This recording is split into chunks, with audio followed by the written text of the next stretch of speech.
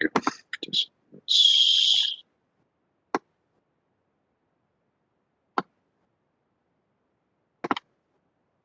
Okay, there we go.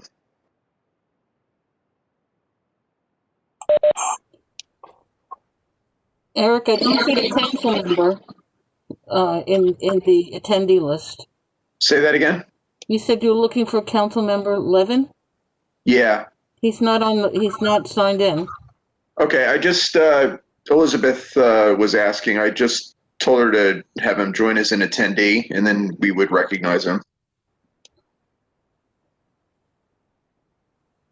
So if Elizabeth is there and if Steve is there, just raise your hand. Elizabeth said that she would be able to start, possibly be at the beginning of the meeting, but had a conflict, so she may not be here. No, it's not for Elizabeth, it's for Steve. I just got an email from her like right before the meeting started.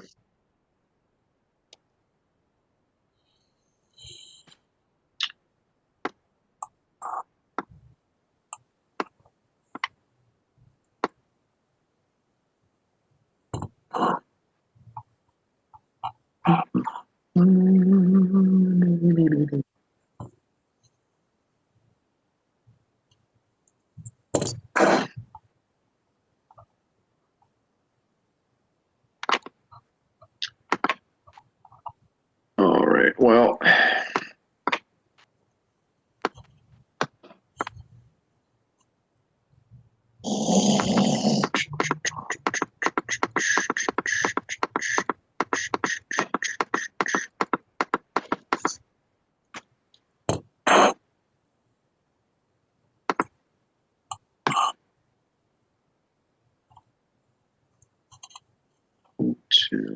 Two, three, 4, 5, 6. Okay, are we at 7 now? I think we can start. William here. Hi, William.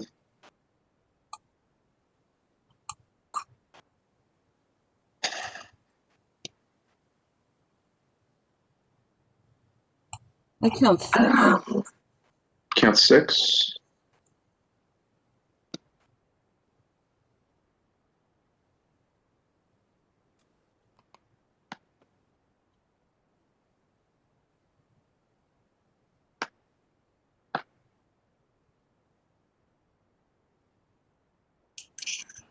Make it is 7. Oh, 6:40. Clock is wrong. I count 7. You have 7? Yes. Okay.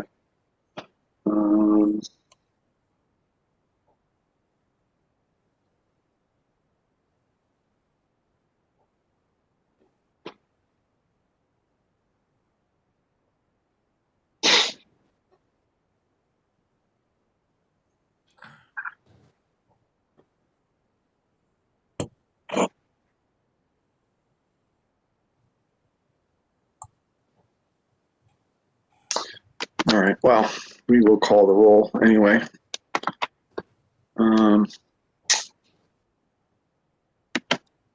Gina Argento. We're opening the meeting. It's now 6:41. Welcome, everybody.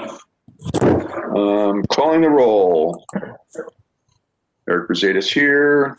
Simon Weiser. No. Gina Argento. Aaron Drinkwater. Nope. Will Elkins. I saw you there somewhere. Yeah, okay.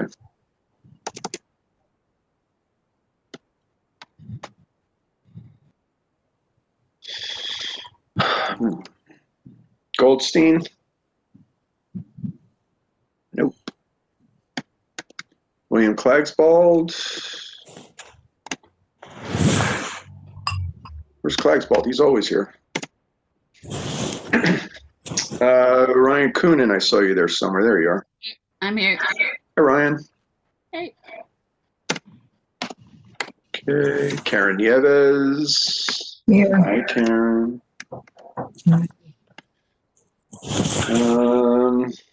Mr. Leibovitz. Oh, Leibovitz. Mario Domerick, I saw you somewhere. I am here. Hi, Mary. James Stewart. Oh, James Stewart. Mr. Vega. Here. Yes, sir. And Costa. Where are you, Kevin? I saw you there. You still here? Hey, how's it going? All right, cool. All right, welcome everyone. I still don't see Steve Levin on the attendees list, but if he joins, I'll ask Will, as usual, to monitor the chat and hands raised and all that good stuff. If you see Steve Levin sign in, please give me a heads up and we'll recognize him and we'll open up his mic for a statement. In the meantime, the main event is the Open Streets program, which was originally a discussion. We have Noel Hidalgo, who's part of the North Brooklyn Open Street Coalition, who is going to be giving us a little presentation. We also have on the call. Can everybody mute their mic, please? William? Good. Okay, thank you. We also have Rhonda Messer from New York City DOT. We also, I thought I saw Kyle, right? Kyle's here. Kyle is here from the Open Streets program, and Jessica Kronstein from the Plaza program. Thank you, DOT, for attending. There he is. Hi, Kyle. All right, so the way this is going to work is, I know there's a lot of people that want to make comments. I know there's a lot of opinions on the Open Streets issue. So we're going to keep this civil, and we're going to keep, I want to keep comments brief and to the point. I will allow an hour for this item, unless it starts to get repetitive, and then we'll cut it off. But you should know that this is only the first meeting. So if you're feeling like you're not heard, or if you know, there's something you just need to say, but it's kind of bogged down, we will be having this on the agenda for January as well. I should also mention that I did invite NYPD, both the 9.0 and the 9.4, the NCOs, but they have not been able to make it as panelists, which is just fine, because with DOT here, there's a lot of stuff that we can unpack and then talk about with NYPD and FDNY in January. So I want to keep this in a discussion as we head into the spring, and hopefully the city will have a more fleshed out plan for assigning open streets and maintaining the ones that we have. So having said that, I will recognize Noel to give a brief presentation, and then we will open it up to committee comments first. Oh, sorry, DOT commentary, and then committee comments, and then we'll open it up to the public. So everyone's fine with that. Let us proceed. Maria, if you can unmute and allow Noel to... Yeah, he has the ability to unmute himself. Okay, great. All right, Noel, whenever you're ready. Hi, great. Thank you. Is this being recorded? Sorry, everybody, please mute your mics. Thank you. Okay, go ahead, Noel. Thanks. Has the recording started? I just want to make sure that. Yes. Yeah, great. Actually, in role reversal, I'm going to ask the DOT to go first. Kyle and I have been chatting about some news, and I think it's more appropriate to start off with the Department of Transportation, since this is their program, and then we can follow up after that. That's fine. Just so I'm clear, I don't think DOT has a presentation tonight. Is that right, Kyle? Yeah, we don't actually have a formal Right. presentation. I'm just gonna. And I'm not expecting one, so just, you know, I don't want to put you guys on the spot if you think, you know, okay. But if there's a comment that you want to make, go right ahead. Kyle, and then Jessica and Rhonda, if you want to add anything, please do. All right. Well, thank you, Eric, and thank you, everyone, for joining us tonight to talk about Open Streets in about the program generally. I'm Kyle. I've been sort of leading or part of the team that's leading the Open Streets program since its inception in the spring. We've seen a lot of success in this program since it started, and especially at these North Brooklyn sites. And we're super excited to talk about everything that has happened, and really we come into this conversation with an open mind. We understand that, you know, the streets and our corridors have really diverse needs, and everyone needs to use the street for something different. And we really do want to create a plan that works for everyone at the end of the day. So I'm not going to really talk too much tonight. We really just want to listen and really hear what everyone has to say. And then, you know, into next year, come back and talk more. But generally our thinking is, over the next couple of weeks, we'd like to release a survey that has two goals. That's to identify any stakeholder that is interested in participating in this project development process with the DOT and our community partners. And we will work with you as a partner too in conjunction to make this a really awesome plan. And to also just start to get some high level feedback about how everything has worked with the open streets, and really start to broadly identify what everybody's needs are and maybe what types of opportunities exist. And then in the probably early January or mid to late January, actually, really, we're going to be planning a series of different workshops virtually, just given the COVID restrictions that everything's going on right now. But we really do look forward to setting up all of these surveys and sharing that with the public in conjunction with everyone that's joining us tonight, the community board, our partners, our elected officials, and anyone and everyone in between. We really do want to make this a community-oriented process, because we really believe that doing things in partnership with communities really yields the most successful outcome. Related to outreach, we really do understand that there is a tremendous digital divide that exists, especially now, given the restrictions on meeting in person and how to, you know, typically do outreach. The game is completely different. So we are already internally starting to brainstorm about ways how to really engage with communities that are typically hard to reach, you know, those that don't have access to technology like this to interface in digital workshops, senior populations, the disabled population, people who don't speak English, things like that. So we're really trying to be progressive in this outreach and working with all of you on that.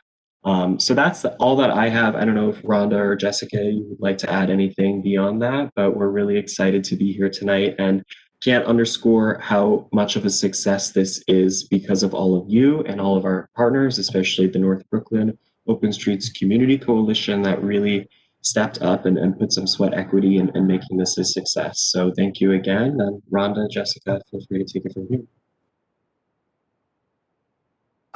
No, I don't have anything to add to this. Jessica? No, I think Kyle said it all.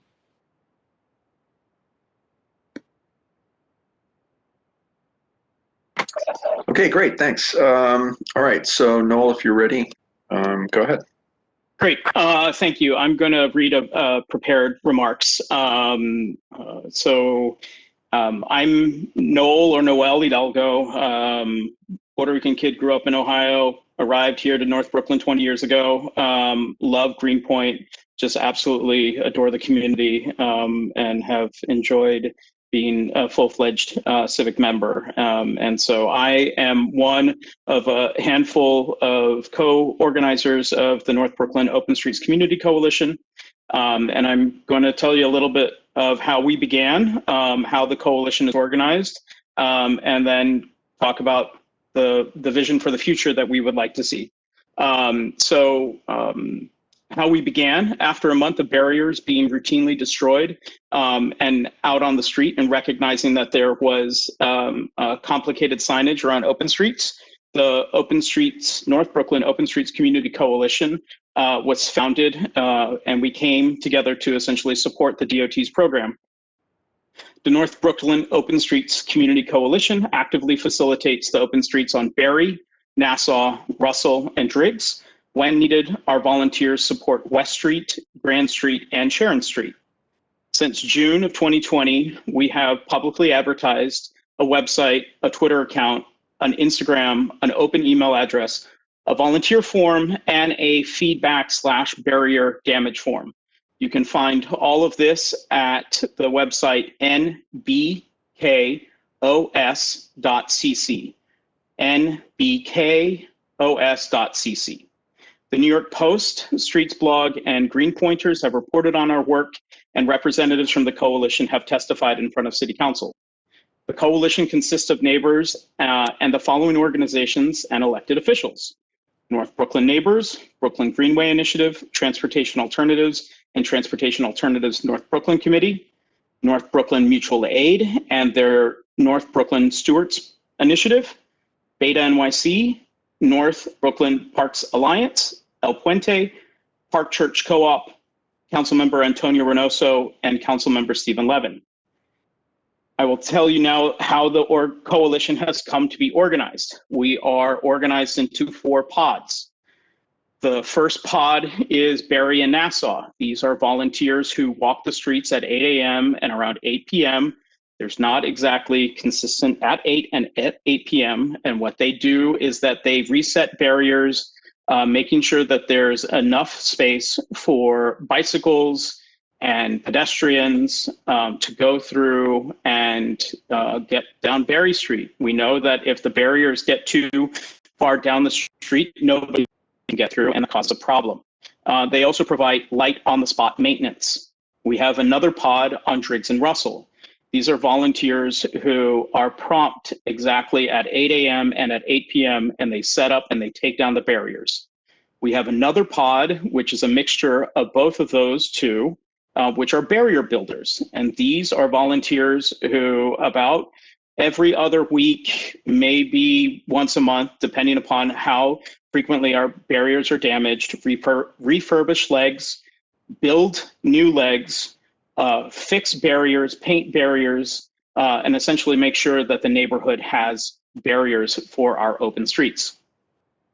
Lastly, we have a captain's pod, which helps maintain and manage the other 3. We have a comprehensive list of all volunteers who are out on the street at various shifts. There is a listserv of all volunteers and coalition representatives, and collectively, we meet about once a month to discuss issues, meet with various government agencies, and help each other out. The North Brooklyn Open Streets Community Coalition is part of a broader coalition that is citywide, that is organized by Transportation Alternatives, that it itself has bi-monthly meetings. I would first like to thank our 100+ volunteers who live on Driggs, Russell, Barry, or Nassau. For the past 5 months, we have experienced routine harassment.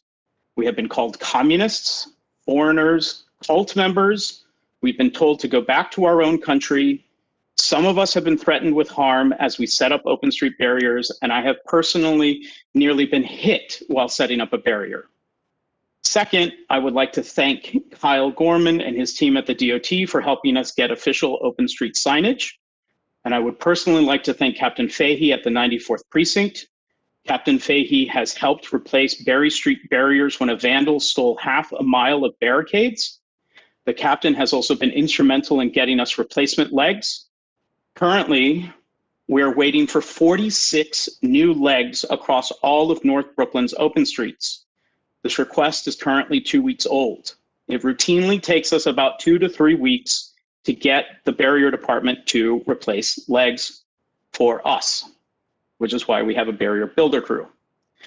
Our community members have worked with the NYPD, the DOT, sanitation, and businesses on open streets to specifically address public space issues.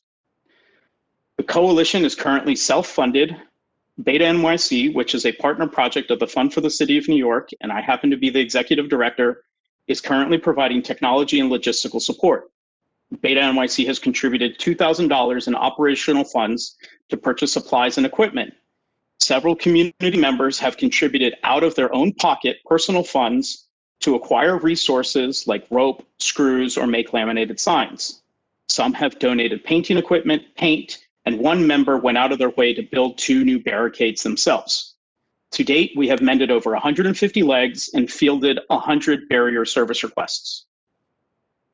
After 5 months of volunteering, we launched a petition asking the mayor and the DOT to make 4 open street segments permanent. To date, we have 1,180 signatories with 576 notes of support. In the past week, 55 people have added their name to support Cooper Park's open street. Successful open streets have created a safe refuge through the pandemic. We have witnessed pedestrians, children, neighbors with mobility assistive devices, cyclists, and families enjoy a public space without excessive cars, noise, or danger. Berry Street has flourished as a non-commercialized public space. Reductions around McGoldrick Park have brought sanity and safety for us to exercise and to enjoy the outdoors. North Brooklyn's open streets have thrived due to our neighborhood's volunteers stewarding these public spaces. To improve this program, our petition is asking for the following: a public commitment to continue this program into the summer of 2021, community stakeholder meetings to make Berry, Driggs, Nassau, and Russell permanent open streets, and to provide financial and material resources for the continued maintenance and logistics of this volunteer-led open streets program. Additionally, we are calling on the city to permanently remove through traffic to ensure a quiet and safe neighborhood. To best do this, we are suggesting the following strategies. On every other block, we would like to see the direction of traffic alternated on Berry and Driggs. We would like to see the Meeker Driggs Morgan Island turned into a plaza and have some relationship back with the Parks Department, which it once was before the K Bridge was rebuilt.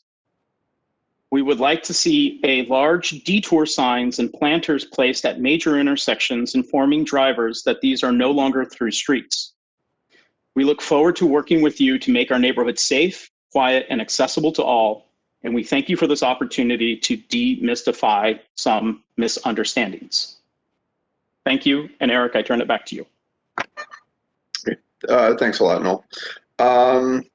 Okay, Noel, if you could, since you have that written out, if you could submit that to the office, I'll make it part of the formal record as your comments, so I don't have to like translate it into my report. So I'll just make it. So you can just email that to me anytime. Great.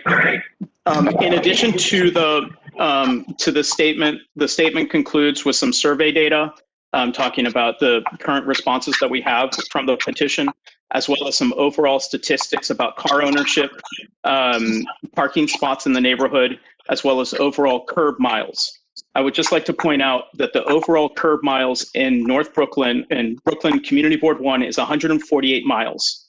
What we're talking about is 1.5 miles of open streets, which comes down to 2.21% of the total curb miles in Community Board 1 that we want used for something other than through traffic.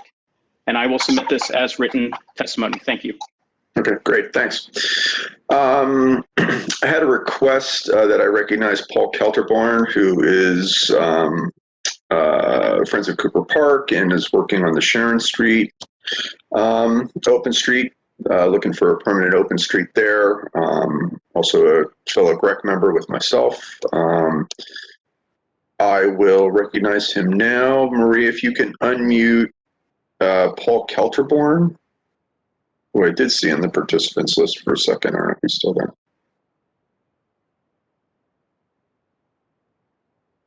Also, Eric, Steve Levin is there. Oh, he's there? Yeah. Okay, let's hear from the council member first, please. Sorry, Paul. Okay. Councilman Levin, you there?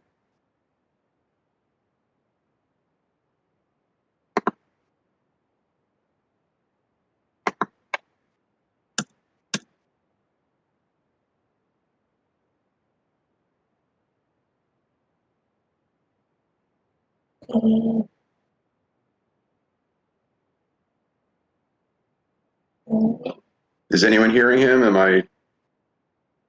No? No, he's not coming through.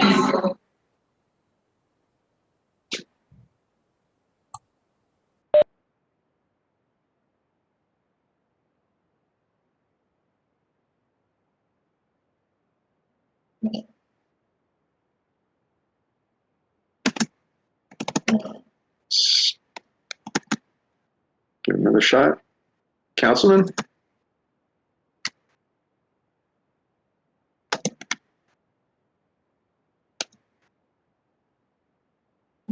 Okay, maybe it's a technical thing. Maybe we can come back to him. Oh, and I'm sorry, I need to recognize Asher Freeman from Councilmember Antonio Reynoso's office. Let's try Asher and see if we can get him on.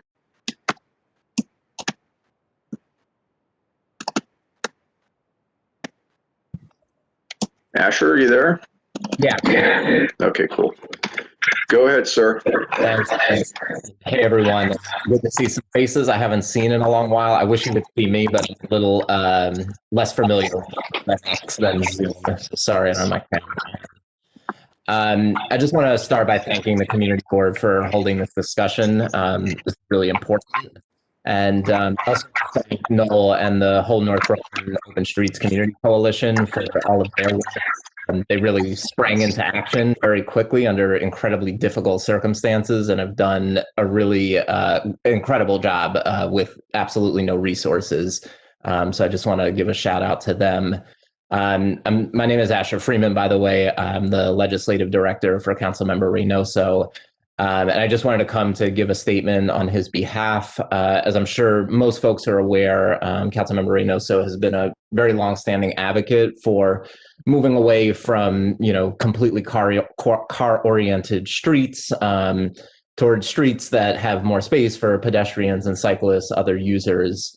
And during this pandemic, we've really seen the city kind of start to grapple with that vision when New Yorkers were forced to seek open space, that could allow them to socially distance, and particularly in underserved areas like North Brooklyn, the streets were really the only option. And we've seen how successful that's been in a lot of parts of CB1.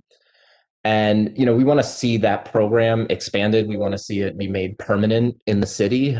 We think that it's been a great thing and really is a way to reimagine and create open space in places that are underserved, like our community. But I also want to say that while it's been very successful in certain portions of the district, there are other portions where it hasn't been as successful, primarily due to capacity resources to maintain them. So those are issues that we want to work through because we want this to be successful across communities, not just in certain communities. So the council member is really excited to hear about new ideas from folks about how we might repurpose street space. And I want to thank DOT for being here as well and beginning to undertake a process. I think that's kind of his big thing right now is we do want to see a process that brings in everybody and really think about how we can make this as successful as possible and where it makes the most sense. So I want to thank DOT for that. And, we really just want to say that, our door is open to that process. We want to engage. We want this to be as inclusive as possible. And we're here to help in any way we can. So I'm happy to take any questions if folks have them. Otherwise, you can feel free to reach out to me by email at the office. Thanks so much. Okay, thank you very much, Asher. Do we have Steve Levin, Councilmember Levin?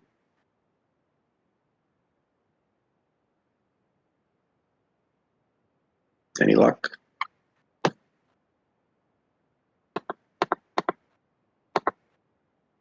I don't see him as a commute list anymore. Okay. Both Elizabeth Adams and Ms. Alter are here as well. So Okay. Yeah, Ben said he was going to come in. Steve was going to come in and join, but all right, we'll when he comes back, we'll recognize him. So let's go to Paul Kelterborn.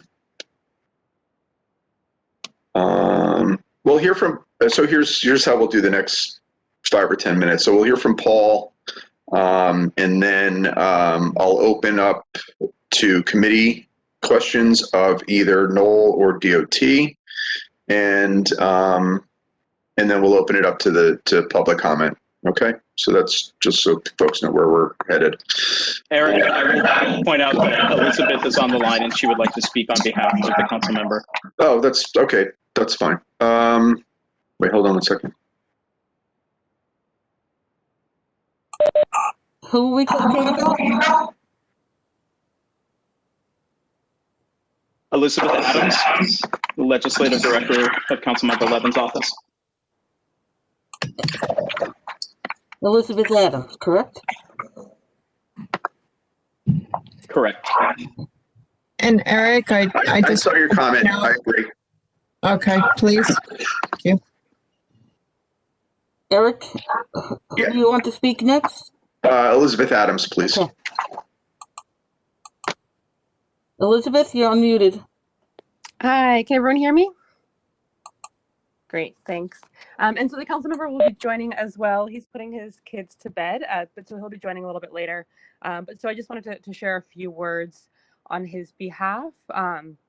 The council member is supportive of the Open Streets program. I think has really just been so heartened by all the ways that community members have come together and stepped up. I think it's really, really impressive to watch during a pandemic, just the scale of the ways that folks came together, some of which Noel talked about of, WhatsApp groups and chats and morning coffees and evening, up and down the all the different open streets in the district and in North Brooklyn. And I think is really just a testament to how much this community cares about each other and finding ways to be adaptive and responsive during the challenging times that we're in. I do think that the questions around the future of open streets and what's next and what the next spring brings. The council member is really interested in learning and talking through with folks on.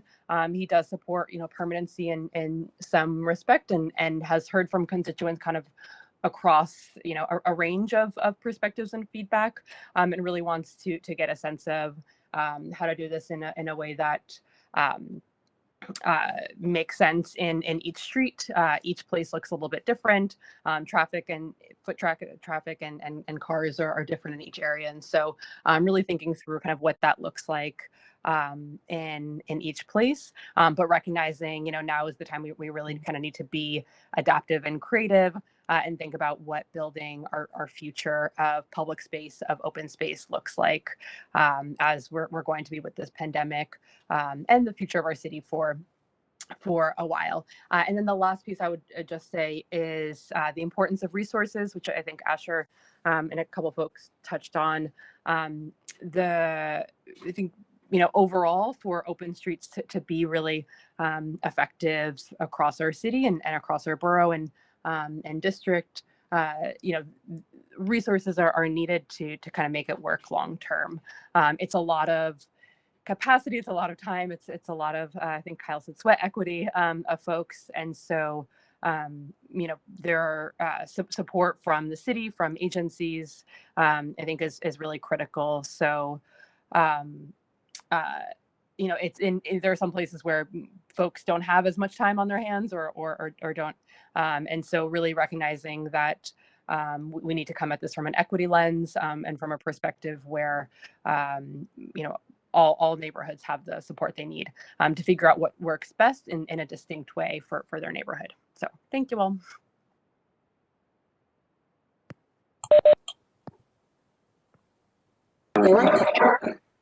Eric, Yes. I added Councilmember Levin to the panelist list. I was able to put him there. Great. Then Okay, good. he can unmute his own microphone. Okay. Hi, can you guys hear me? Oh, hi. Oh. Hi, Councilman. Please go ahead. Let's see. Sorry, I was having a hard time. Logging in there for a minute, but hi. There it is. So, I'll keep my remarks brief, but I did want to, speak on in support of all of the work that everyone has done in these recent months on behalf of Open Streets. It's been a real community effort, and I think has largely been successful at helping us make meaningful physical steps towards getting away from, you know, such an intense car culture in our community. I mean, just yesterday, I don't know if people saw this, a woman on Bedford Avenue, just outside of CB1 and CB3, was in a lift coming up from visiting her parents who were suffering from COVID, and she was struck by you know, kind of like a hot rod car that was speeding down DeKalb Avenue and ran a red light. And I actually encourage everybody to go to the Daily News website and watch the video. It was put on Twitter by Williamsburg News. People should watch that video and see and see how shocking it is.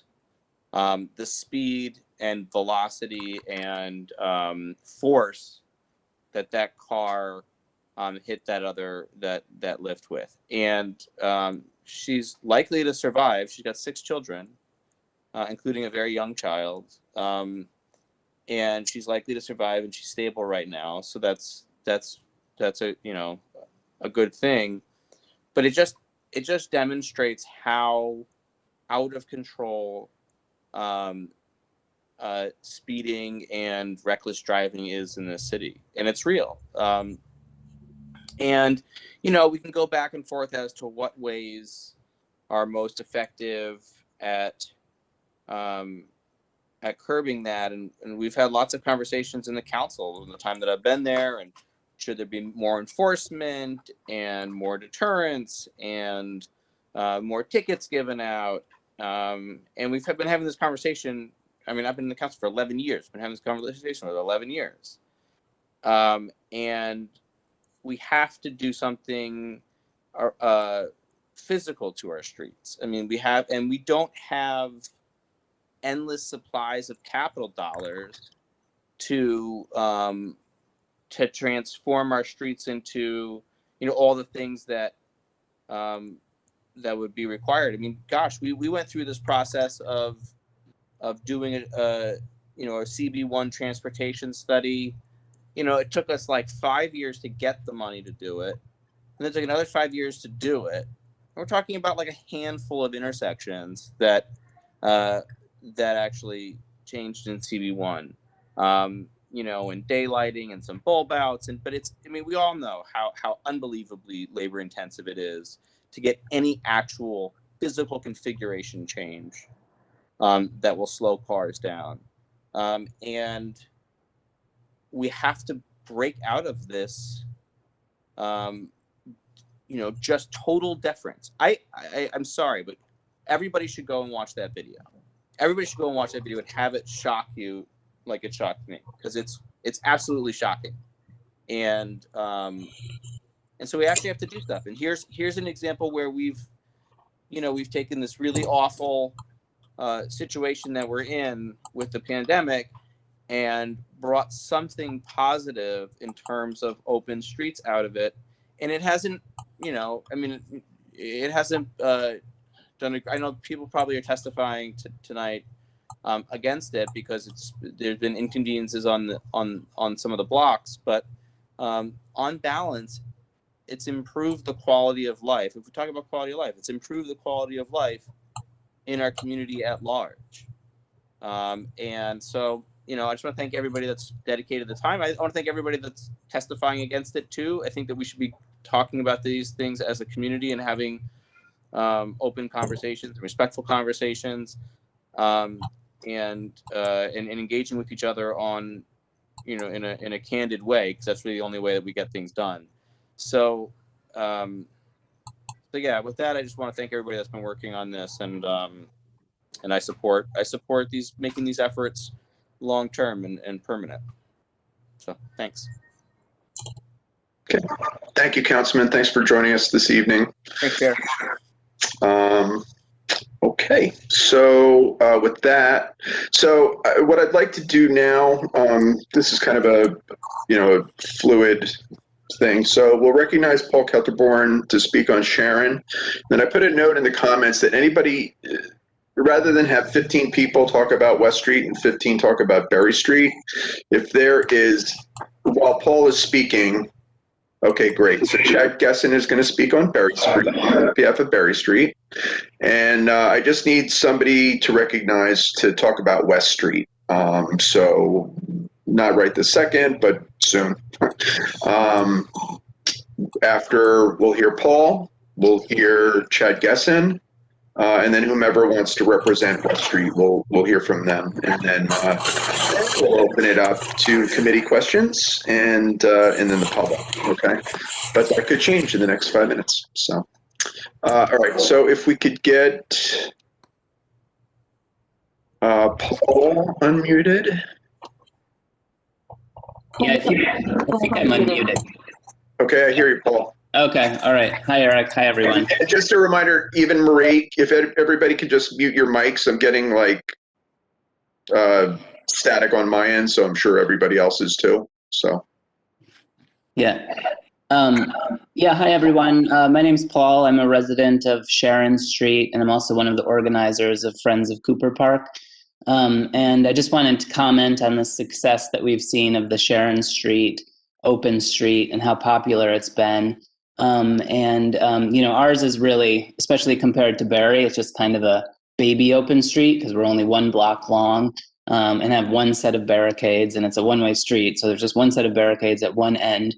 But it's been pretty remarkable to see how, since this street runs alongside a park, you know, that's pretty heavily used in a lot of ways, having Sharon Street open for more activities has really expanded the boundaries of the park. And I think it's been really successful.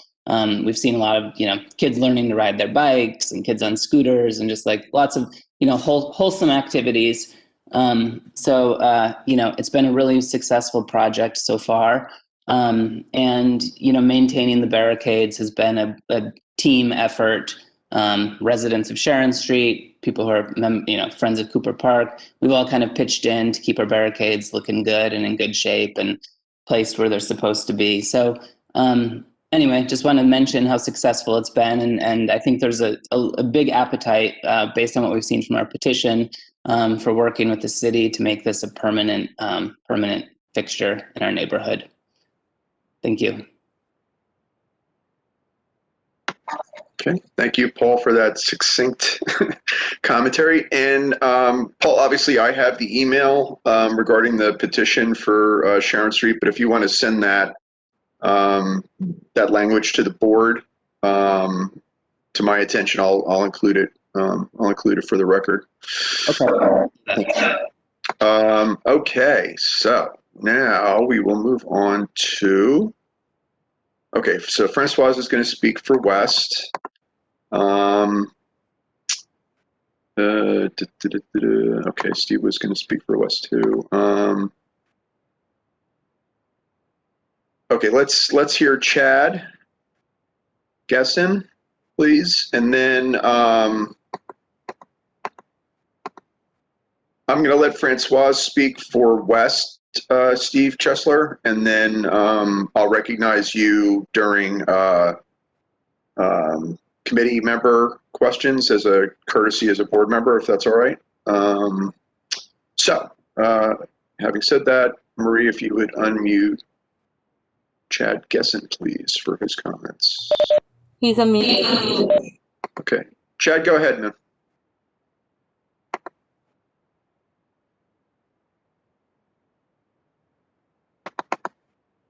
Chad?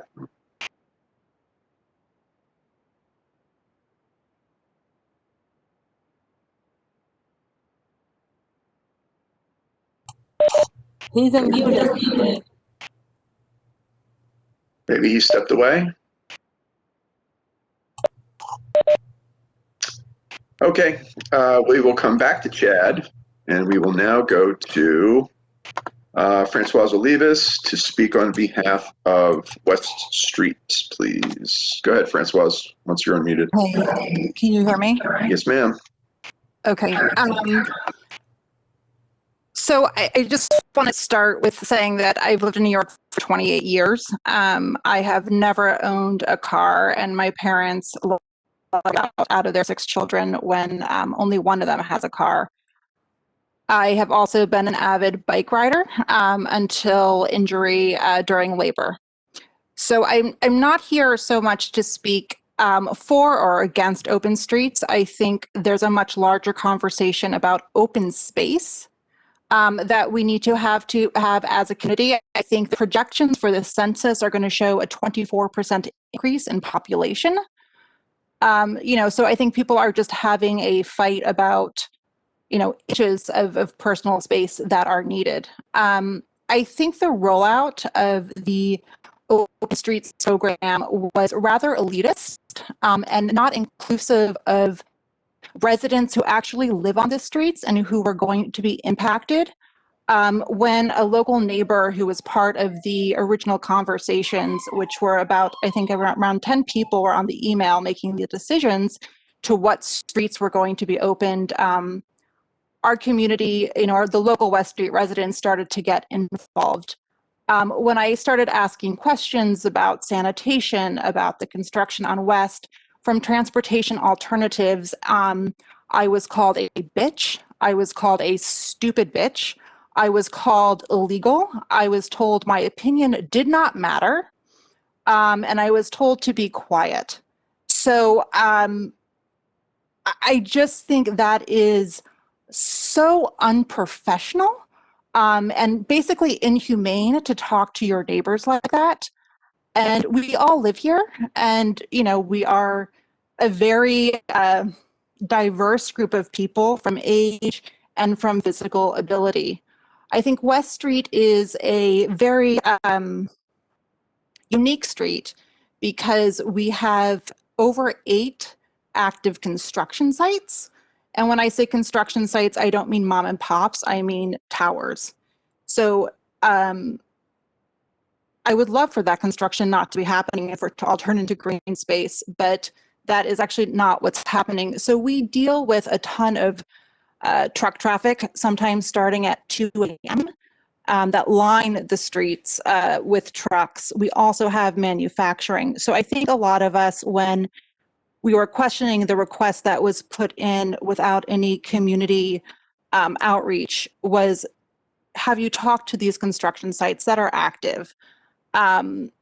We are also in a pandemic that is threatening people's lungs. So if we were to, open our streets while the construction and the factories are operating, to someone to come through who has asthma, we have multiple environmental groups who have never done a true air quality test on West Street. And it just seemed not thoughtful to say, please come biking and walking and exercising through here when our air is not okay. We can't tell you it's safe and healthy because, it seemed like a very kind of absurd idea. We also have tons of small businesses who I already know are having issues with deliveries, trying to respect the bollards that have been put up.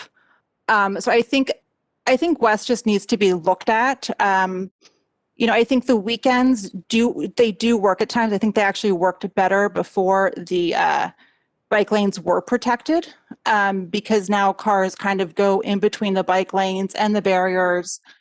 I would rather fight for, and I'm speaking for myself and not for everyone, I would rather fight for truly protected bike lanes on West Street. I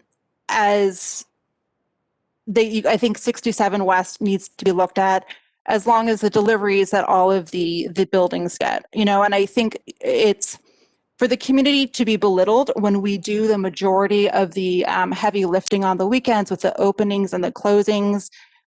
We have scavenged around for metal French barricades. We have spent our own money and time painting them.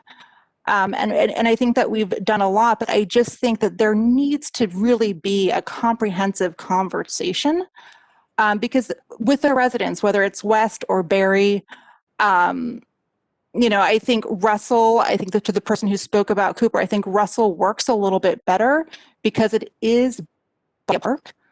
So it becomes an extension of the park. The West Street Neighborhood Association and Friends of Transmitter Park put in a request with DOT at the very, very beginning of this program for Kent Street from west to the water and Greenpoint Avenue from west to the water to be closed, because I think like Russell and like Cooper, that would be an extension of the park, and that makes sense. The other thing, which no one is talking about on West Street, is we have multiple film studios. So once those film studios are back and active, I mean, they're going to be so pissed off about the protected bike lanes, but I think that that's why the bike lanes have to be protected. But I just think that this should be the beginning of many meetings so that community members can truly felt heard. I think that, you know, I've been on Berry Street and I've had conversations with the old Polish ladies who, you know, they're petrified to go outside right now. You know, they don't feel safe on the open street. So I think that there needs to be outreach to our seniors so that they feel comfortable and safe. I think there were people talking about trying to set up like senior seating areas, you know, so that there was a place that they could go and be safe. The open streets have also, at least on West Street, led to tons and tons of garbage. I'm happy, you know, what's happened to Transmitter Park on the weekends. There are raves until 4 or 5 in the morning. Steve Levin, to your point, and it's why the community has been asking for speed bumps on West Street, pedestrian walkways and stop signs on West Street, is we have drag racing here at night where there's sometimes 65 cars.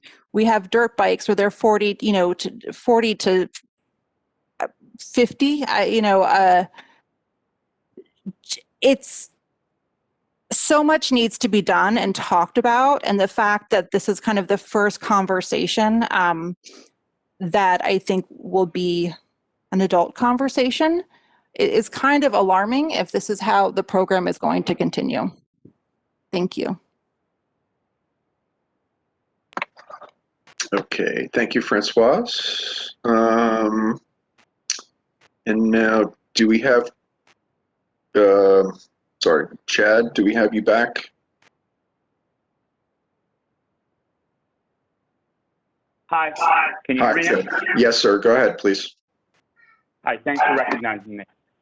My name is Chad Gessen. I'm the president of 125 North 10th Street Condominium. I'm also a resident there at the corner of North 10th and Berry. It's an 86-unit residential building, and I wanted to come here and speak on behalf of myself, my family, and my neighbors in my building, just to speak to what a marked improvement we've felt in the quality and safety of our lives from, you know, from the traffic perspective more than anything else. And obviously, you know, the COVID benefit of having the space to walk safely and have outdoor recreation options has been fantastic.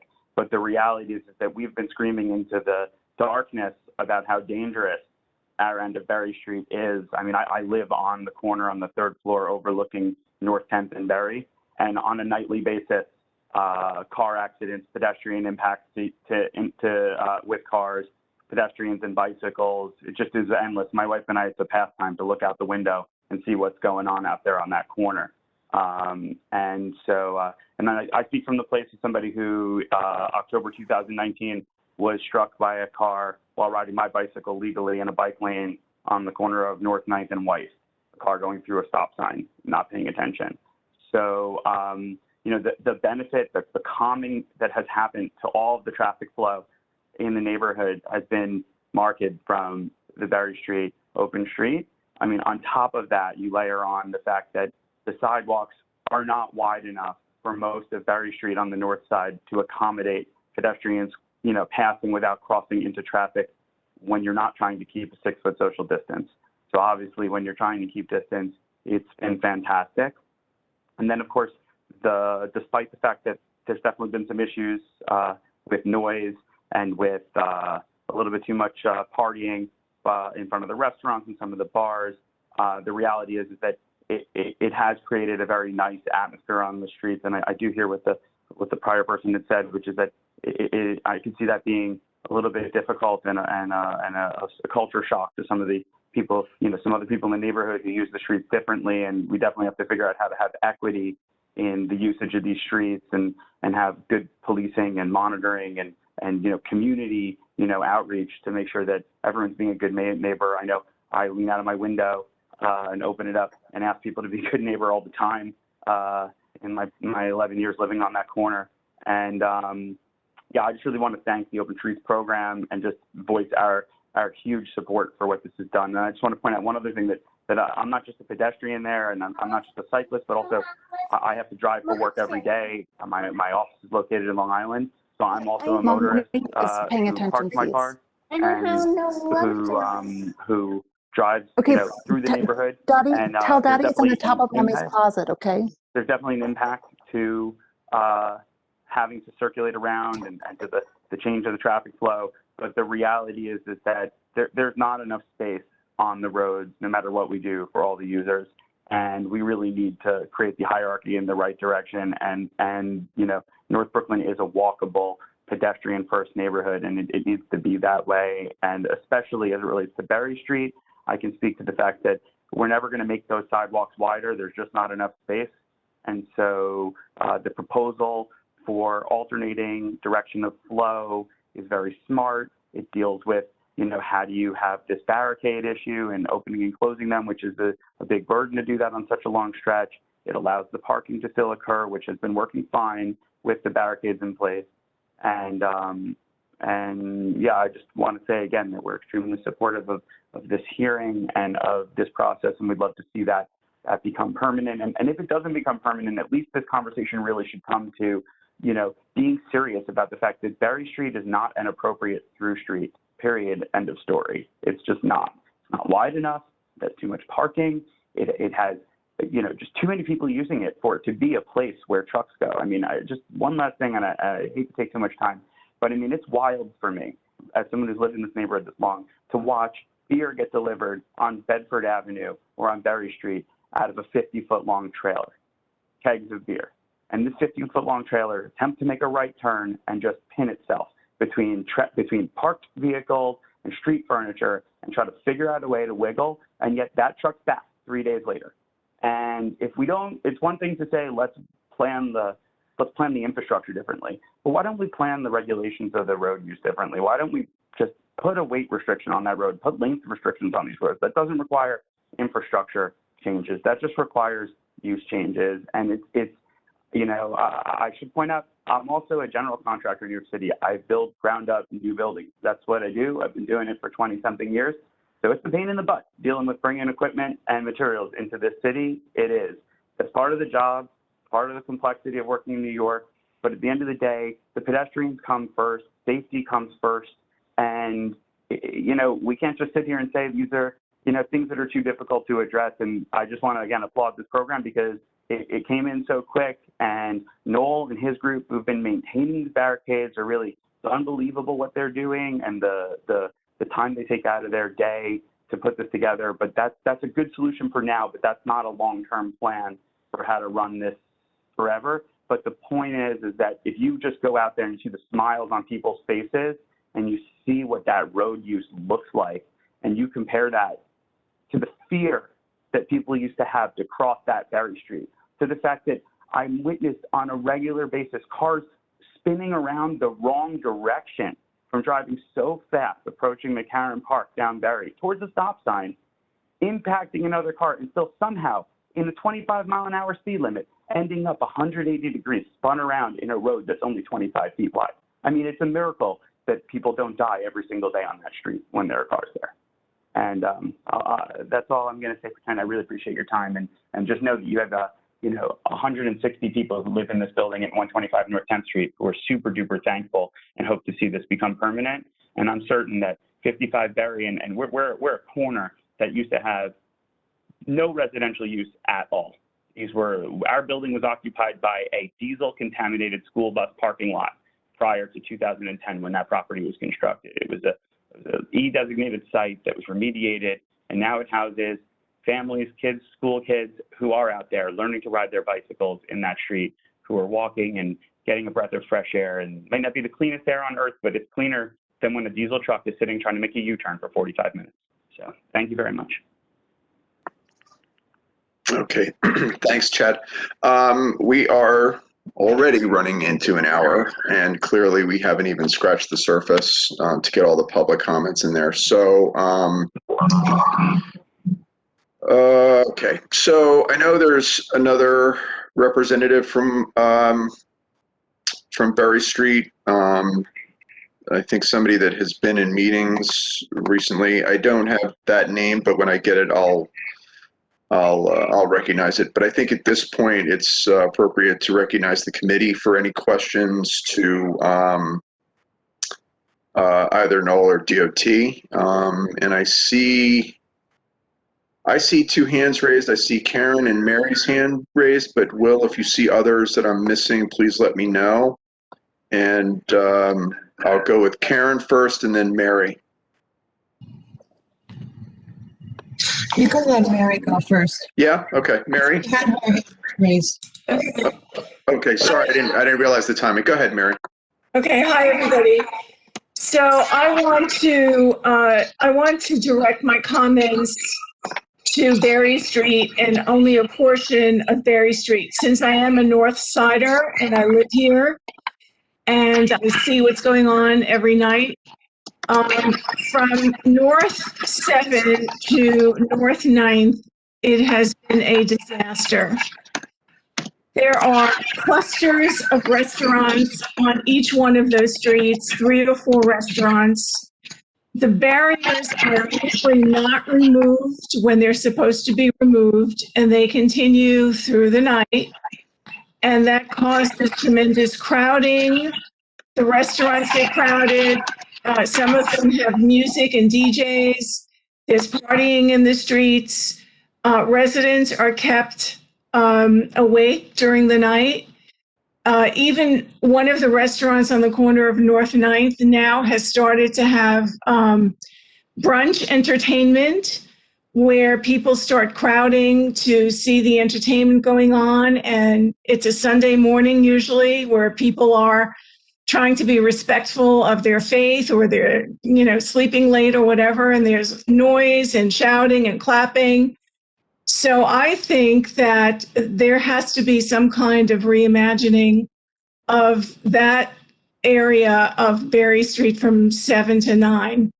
I think it's a little bit less crowded and less noisy on 10, as the prior speaker was talking about, but it is really unbearable between 7 and 9, North 7th and North 9th Street, especially in the evenings, especially on, days where there are holidays or something else going on. The crowding is tremendous. It is a very popular area, so the cars are coming from all kinds of directions, looking for parking spots to get into those restaurants, to participate with whatever's going on in the streets. And there's a lot of double parking, there's a lot of honking, there's a lot of music playing on the residential streets. 7, 8, and 9 are basically residential streets and very quiet. But the disturbances of what's happening on those 3 corners is really intolerable for the residents. And I think I speak for a majority of the residents along that area and along that corridor and along the side streets and the residential streets. And something has to be reimagined and reconsidered. And I certainly am opposed to having that particular area of Berry Street made permanent. So. Okay, great. Thank you, Mary. Karen?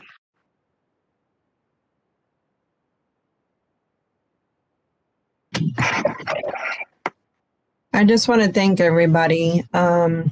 We really needed this meeting, and I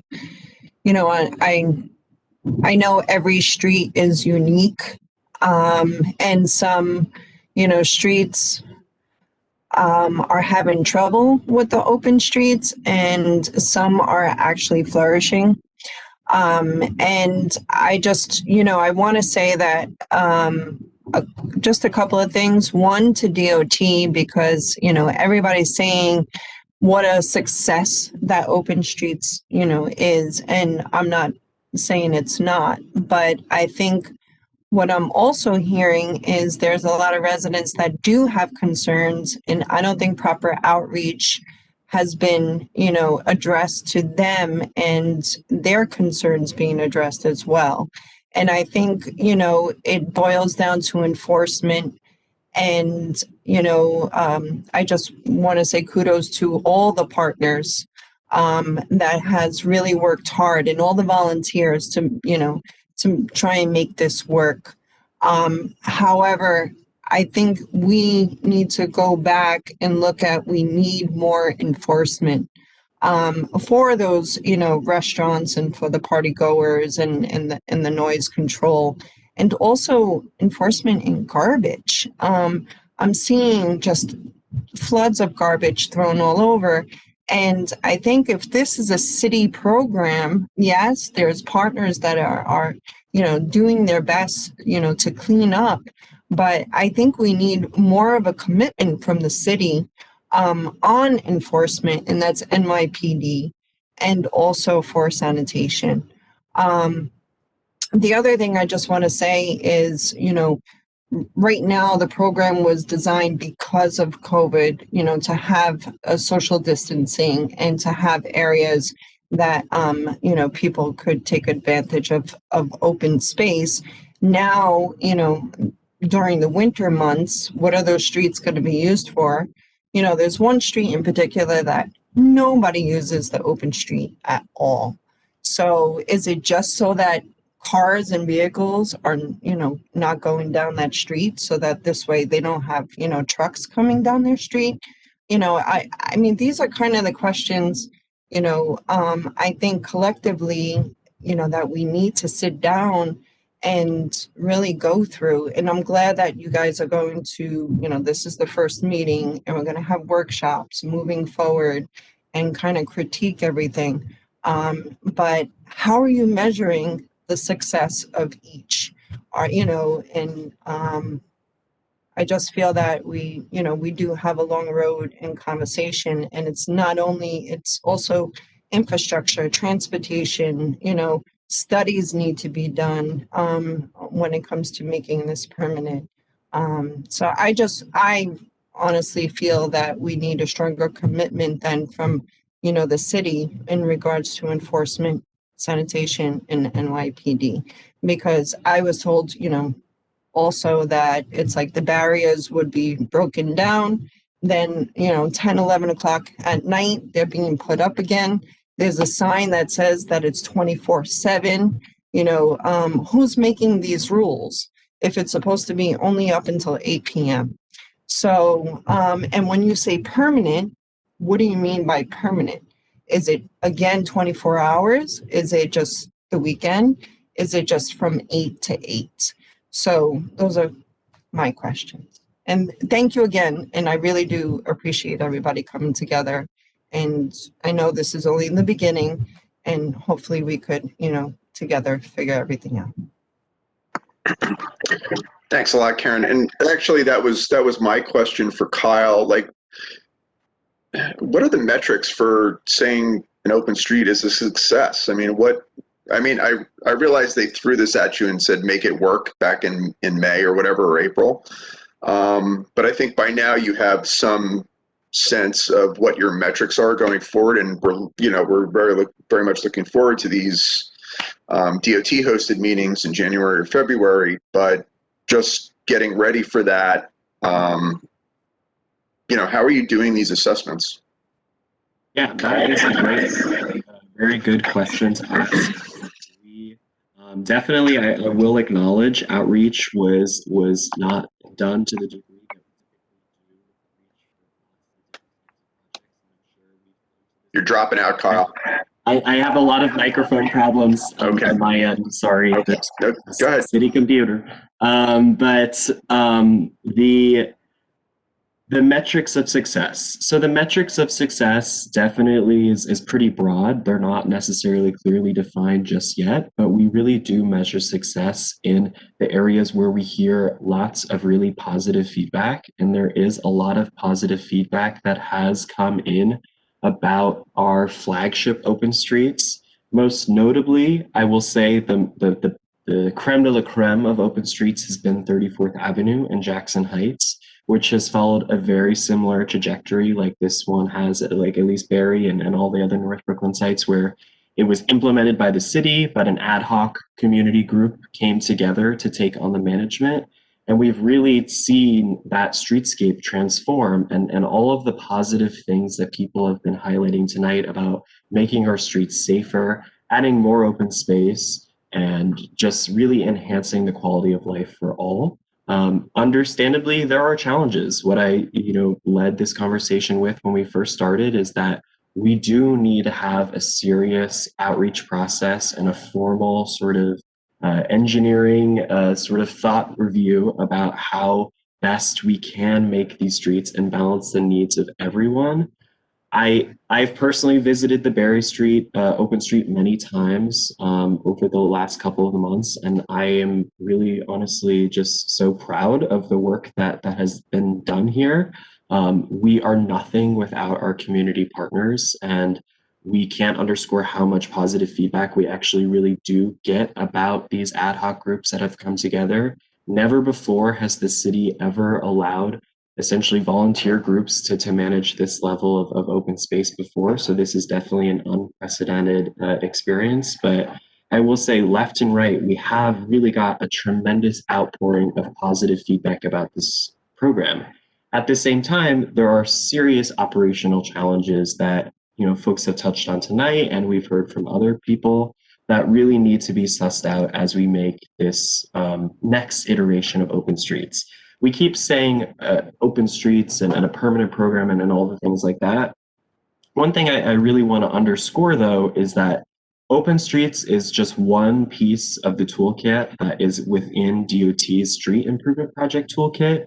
There are so many different types of ways that we can enhance the public realm and make our streets safer and more accessible for all. And Open Streets is really just one way to do that.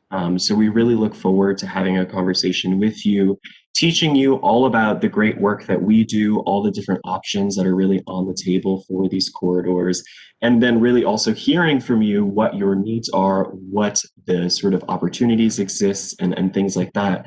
And then coming back in the spring, having these series of meetings, surveys, workshops, etc. over the next couple of months, and then sussing out a plan to present maybe in the spring to look to implement next year sometime if the process allows for these different types of enhancements. I don't know what they are because we want to work with you to really define those. Okay, thanks. Can I start a little bit? Sorry. Good, Jessica, just one sec. Kyle, are you an engineer? Urban planner. I am not an engineer, but DOT has probably some of the best engineers in the world. We really do have a world-class team at DOT. It's really, honestly, I'm amazed by the ingenuity and talent that really is at DOT. Okay, I had to do a little lip reading there, but that's fine. The only reason I ask is because Karen mentioned studies. So I've heard over the last couple of weeks, there's increased traffic on Wide. There's there's a lot of overflow on other streets because of streets that are closed. And I just wonder if, as you're getting ready for this, I don't want to call it a charrette. It's not a charrette, but whatever. The outreach in January, if how involved the traffic engineers are in saying, okay, well, we shut down this street, but now we're seeing this incredible backup on adjacent street Y, just that kind of thing. So you don't really have to answer that. You're not an engineer, and I understand. But if just going forward, to have them part of the conversation so that when we come back with DOT, it might be useful to have that information as well as like a real solid metric on how, because if you're taking traffic off Berry Street, that's great because it's reducing, the dangers, but it's reducing the air, that's reducing the effluent and the air quality. But then, if you're getting it on the next street over and it's twice as bad, this was my problem with 14th Street in Manhattan. It's like, because I used to work a block from 14th Street and I saw bumper to bumper 13th Street all the way across, and 15th Street were just nightmares to get through because all the traffic went there, and it was really a problem. So it's not an equivalent thing, but just putting it on your radar. Okay. Yeah, I just wanted to respond back to that. I will say that as a part of our formal sort of project development and anything that we ever do, there is formal traffic engineers involved. We work in close collaboration with a whole suite of different types of actors that really come together. I think people would be really surprised as to how much happens behind the scenes on our end. It's actually quite robust. So definitely we will have all of that sort of very hard review that will be sort of going on concurrently while we do this outreach process. Jessica and I are going to be co-managing these projects, and Jessica has a lot of work and experience doing things in North Brooklyn, actually. Maybe she can touch on that too. I know she wanted to say something. I don't know if that was about that, but. Yeah, sure. Jessica, go ahead.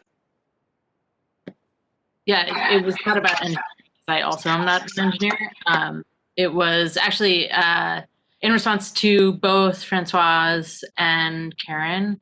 Right now, we are looking for ways to reach out to those populations that aren't always super tech savvy. So, like, usually we work with community-based organizations that provide services to those populations, but we're welcome to other suggestions. And if you know of other service providers, like I know a lot of mutual aid societies have sort of cropped up through the pandemic, so that we can get to those elderly populations, make sure that they feel comfortable on our open streets, and also people with visual impairments or audio impairments. I think those are populations that we do really want to get input from and are traditionally much harder to reach. And so, yes. If you have suggestions, we're open. Okay, great. Hey, Eric, can I say one thing to Karen's statement that I think is an important thing that needs to be clarified? Sure. Hang on Thanks. one second. Sorry. That's all right. One sec. Okay, go ahead. So, Karen, I thank you for bringing up the question about 24/7 and how decisions are being made. I think it's an important thing to clarify. The first thing that should be noted is that Berry Street has been so popular through this program that people were out on the street 24/7. And we've heard some comments from people on Berry Street saying how it was noisy. There's some feedback that's really distracting, and I'm not sure who's typing on the keyboard at the same time period. There we go. That's me, sorry. So Berry Street was very popular. The reason why the Open Streets Community Coalition actually started up was because of the fact that the NYPD had other things that they were taking care of, or that they were detailed to other things. We also believe that the Open Streets program shouldn't necessarily be in NYPD's hands. And we have developed a very complementary relationship with the NYPD to address a number of different issues. But we fundamentally believe that, we shouldn't be spending so much money, particularly in law enforcement. And we've been very lucky to work with the DOT and the NYPD to make sure that this program is a success. In that early few month and a half or so, the NYPD didn't take down the barricades, which meant that the barricades were up 24/7, which then meant that the community has been clamoring for open space. And so when we tried to take down the barricades at 8, they would come right back up. Ryan, who's a member here, even documented, we would go through and we would take down the barricades, and she said, the barricades are right back up. Why are you taking down the barricades when there are families that are clawing for, just a little bit of public space? So a community member took it upon themselves to walk down the street and use a Sharpie and put on 24/7, thinking that that would help clarify the issue. And that happens not to be the case. And so we've apologized. We went through and we cleaned up the Sharpies. I see you shaking your head, it just, the matter of fact is that there are a whole bunch of people that are on Berry Street that now feel a collective ownership about Berry Street, that sometimes it's really difficult for us as the coalition to quote unquote police. And so This has led to barriers being out all the time because people want to be out. They want to be able to walk on Berry Street when there's the least amount of people, so that way they can walk without a mask, or they can run without masks and not feel that they're spreading their breath onto other people. So when we talk about permanency, what we're talking about is at least at the beginning, lightweight changes like alternating the street direction, which removes Berry Street as a through street to ensure that we can we don't have to spend so much time maintaining the barricades, which get destroyed quite frequently. We would like to see the permanency is the conversation that the DOT has presented today, so that we can talk about all of the different issues. This neighborhood is asking for dog parks. Wouldn't it be great if we could figure out how to repurpose parking for dog parks? Not to say that that's my preferred idea, but let's have a conversation of what our streets could possibly be, because they're the last resource of public space that we have to reuse for community benefit. And so when we talk about, the permanency of that is talking about that particular piece. And we apologize that somebody went out there with Sharpies. We've tried to correct that. We understand that this program is to be from 8 to 8. Sometimes you see those barriers up there after 8 p.m. and that's because the street is still being used by people who are exercising it. And we want to make sure that those people don't get run over. That's it. Okay, thanks, Noel. Any more committee? We're running way late. It's 8 o'clock. This is an important conversation though, so I'm not upset about it, but I just want to be respectful of folks' time and whatever. So any other committee members want to make a comment or specifically ask a question of DOT or Noel? I would like to. Ryan? Yes.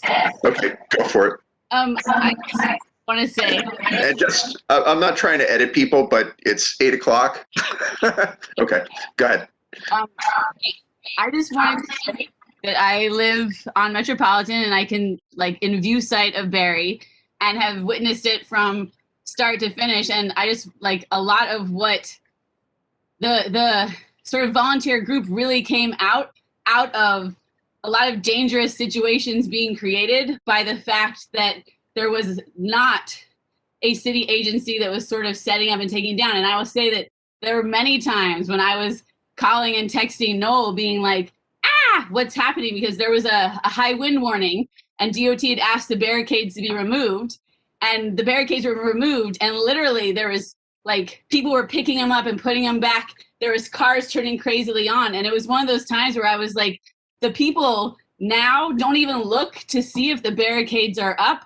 They go into Berry and they start walking. And I can say that we come out at 2 a.m. and we see people using Berry Street. I personally have never witnessed the nonstop party that supposedly Berry Open Streets is.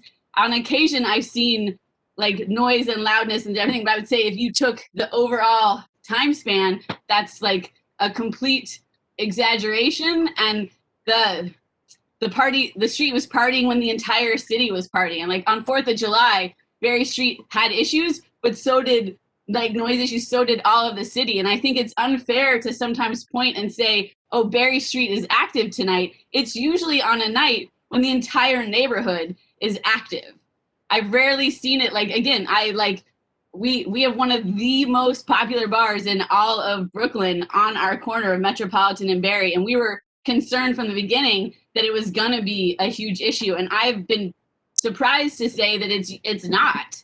And I think in general, it's been a chance for neighbors to really start talking to each other and communicate and really have some of these bigger discussions. And I would love for us to a way to qualify and quantify with real data when there is an issue and when there is a success. Because I feel we get lots of stories that were maybe one time and they act like it's happening every night, or we see, I think we have to have a way to document.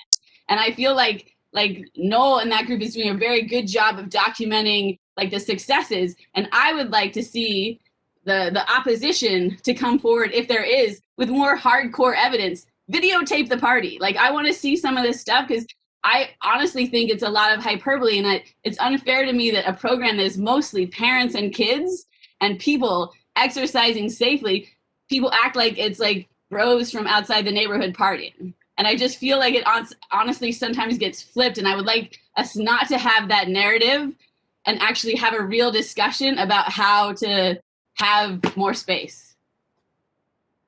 Okay, can I just jump in? I need to address two things, one that Noel said and one that Ryan said. The first Hang on, is... Francoise, hang on. I need to recognize people, and the meeting's already running long.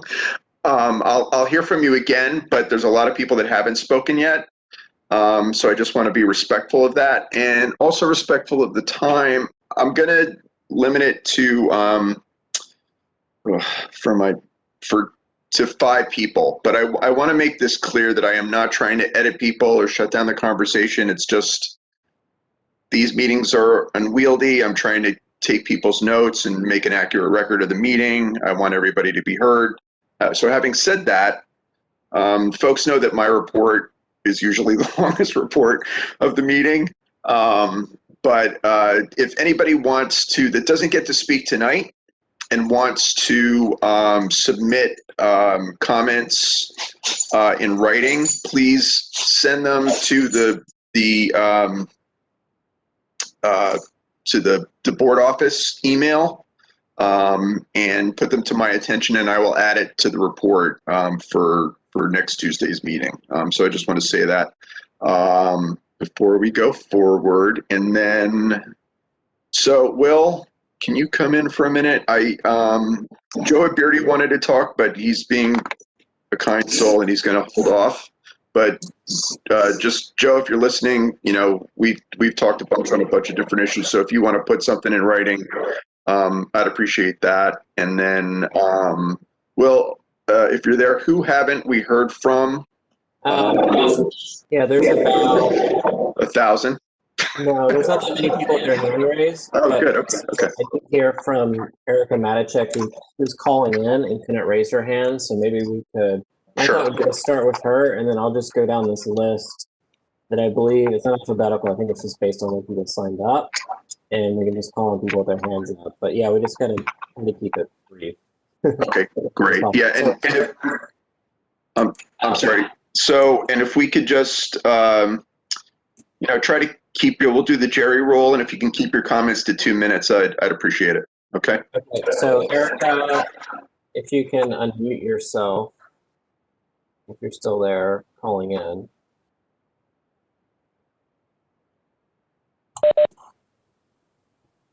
We'll see. Somebody's calling in on the phone number? Yeah, I think she's the only calling user. I may not be able to. There's someone with a 212 number. Is that the one you're looking at? I believe so. I muted them. Hi, can you hear me now? Yeah. Hello. Yes. Hi, how are you? Hope everyone's well, and I know we only have 2 minutes, so I'll just make it short and sweet. Okay, can you just state your name for the record and maybe where you live? What street you live on? It's Erica, E-R-I-C-A, Matichak, M-A-T-E-C-H-A-K. And I live down in the Goldwood Park, down near the Russell and the Driggs Avenue section. Got it. Thank you. All right, so it's just for the record. It's just going to be a quick synopsis because basically a lot of points were hit tonight. I think that it's important to have workshops. Anybody else that's on this call, that they have to take the time to send emails and commentary to you, attention at the board, so I can pass that information around. I think I just want to bring up the point of barricades. I know several people that have opinions about quality of life that live directly on Russell Street, Driggs Avenue in the affected area, Hausman Street, Apollo. We're concerned the sawhorses, they have to be a minimum of like 50 pounds or whatever these are each. The DOT, are they going to change them to perhaps something different if this program's going to be a perhaps permanent situation? We're concerned about response times for emergency vehicles. We think that the FDNY should be included, not just the NYPD and the DOT. City Council, I know, is on this call, but we're really concerned sometimes. It's an extension from Cambridge that comes all the way down Driggs, have multiple barricades. We've had a lot of people in the neighborhood. Some haven't lived here a long enough time to know about our past history. We are an old neighborhood, an old industrial neighborhood. For example, back in 2003 on Monitor Street, back right near the park between Engert and Driggs, there was, this was in the New York Times, a fire gutted half the block and displaced 29 families. Wood-framed houses are connected by the cockloft of Barrett. All the houses are connected. So I think it's sometimes unnerving to see all these barriers. And we know that, from 8 a.m. to 8 p.m., but still, when we talk to like some fire department or you talk to some of the cops and stuff, every second counts. So that's a point that we really don't hear much about. We all hear about open space and bike riding and all this other stuff, but we've got to talk about safety, response time. FDNY needs to be included in these meetings, something to be taken into consideration. The other thing is, I know about parking. I know we're in a strong, perhaps anti-car situation or mindset, but a lot of the residents, or sometimes we're long-term residents, a lot of people have cars. Mostly people are home from COVID. No one's traveling to the city. Parking is becoming more difficult. You got the parking situation underneath their avenue that a lot of people are disputing. I think the best thing is to, there's pros to the program, there's cons to the program. Both sides have to hear each other out in a diplomatic manner, and I think more outreach needs to go down towards what we call, I guess, the eastern section of Greenpoint. So you're talking about Van Dam, Apollo, Morgan, Kingsland. They really get the brunt of a lot of stuff. And so I think, like you said, there was a survey that's going to happen. So maybe we can get people out and they can, express their views. Because a lot of people really don't know about this program. A lot of people aren't on Twitter. They're not on Facebook. They're not on the Northbrook page. So that's why a lot of dissension comes in, issues. So that's why I just wanted to say for now, because I know I'm going to get cut.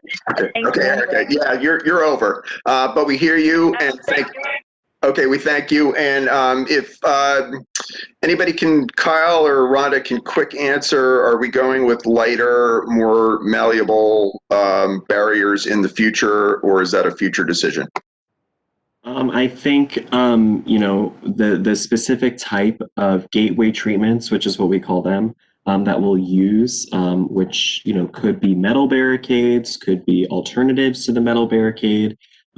Definitely, I think the one option that probably we don't want to move forward with is the wooden blue sawhorses. I think everyone can, no matter what side you're from, those are not the most ideal way to really handle temporary street closures. So in that process, we're happy to talk about different alternatives to barricades, because there's definitely an opportunity for that. Thank you. Okay. Will, who's next? William. Say that again. I think you broke up. Sorry, William Meehan.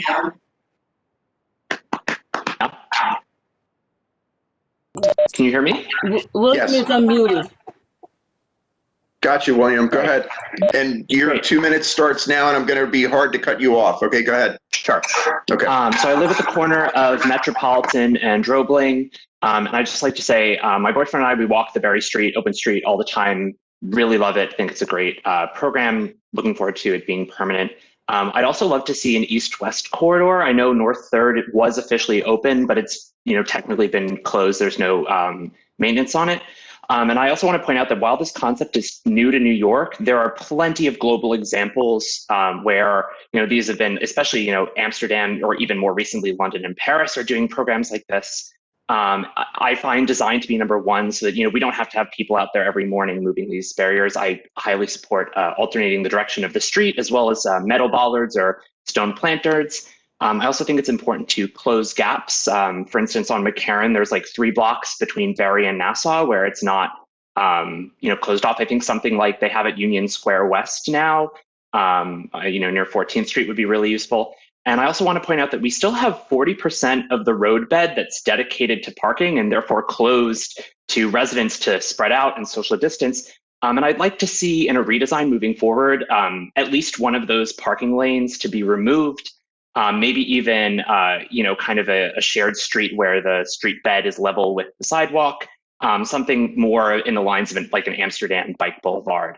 I'd love to see that. And I look forward to getting more people first spaces in the neighborhood in the future. Thanks. Great. 1 minute, 40 seconds. Good job. Okay. Will, who's next? Yep. Kat Vera.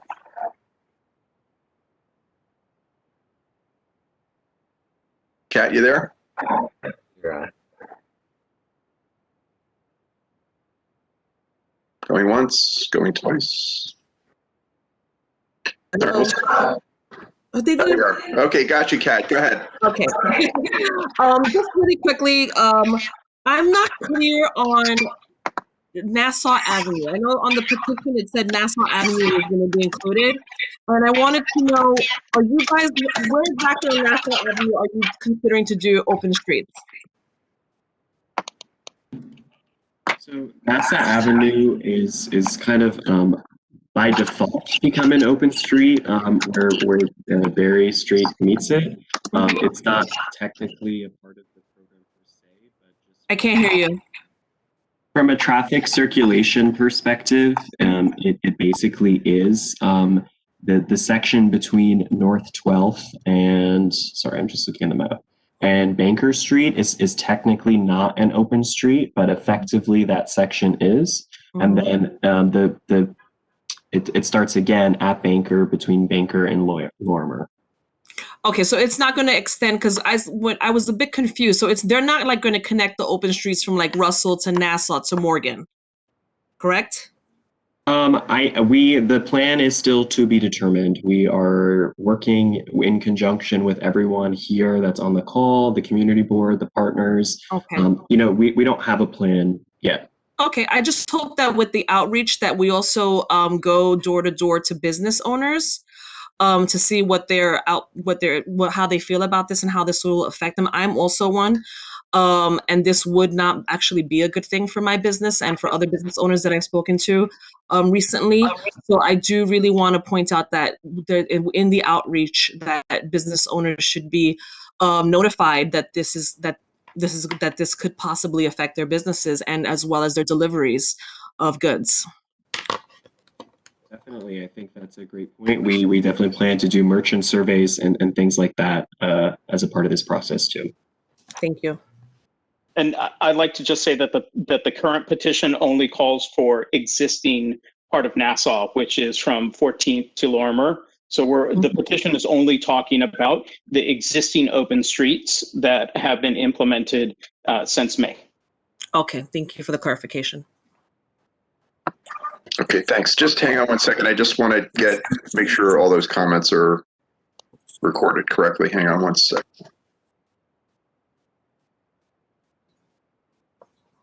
Only have a few more people. Who's next? John Rosmus. Sorry if I'm butchering last names here. Yeah. Okay. You there, John? Hello, can you hear me? Yes, sir. Go ahead, babe. I just wanted to make a quick comment on the open street on Driggs Avenue. I'm not really sure why it was chosen because there's a lot of cars and trucks that would come down the Kosciuszko Bridge. I would suggest instead of blocking that portion of Driggs Avenue, that Monitor Street would instead be chosen as an open street because it would be right next to the park and it would make more sense to me since you would have both streets next to the park and people would have more room. That's all I wanted to say. Great. Thanks, John. Short and sweet. Okay, next. Okay, Chad still has his hand raised, so I don't know. Who? Chad. Oh, we heard Chad already. Okay. Next is Kevin Lachero. Okay. Kevin, you there? Kevin?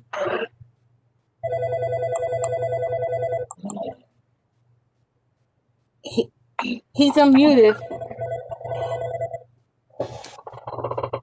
You there, Kevin? Community Board 1. Marie, please mute your mic.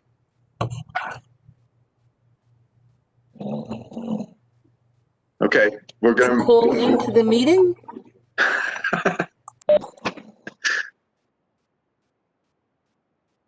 You're muted. Well, I can't hear you. Okay, next is Anthony Polia. Sorry, I'm really bad at his names. Anthony G. You there, Anthony?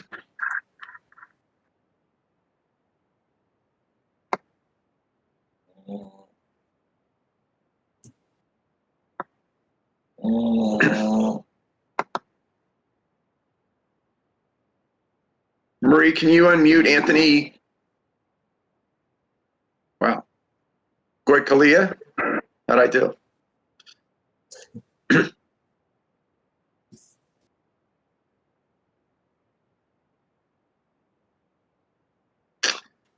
Okay. Eric, can you? Yes. Who is this? This is Kevin. Can you hear me? Ah, Kevin. All right. Well, we're going back to this. Okay, Kevin. I think something might be wrong with the WebEx because I can't believe it. It's not true. All right, Kevin.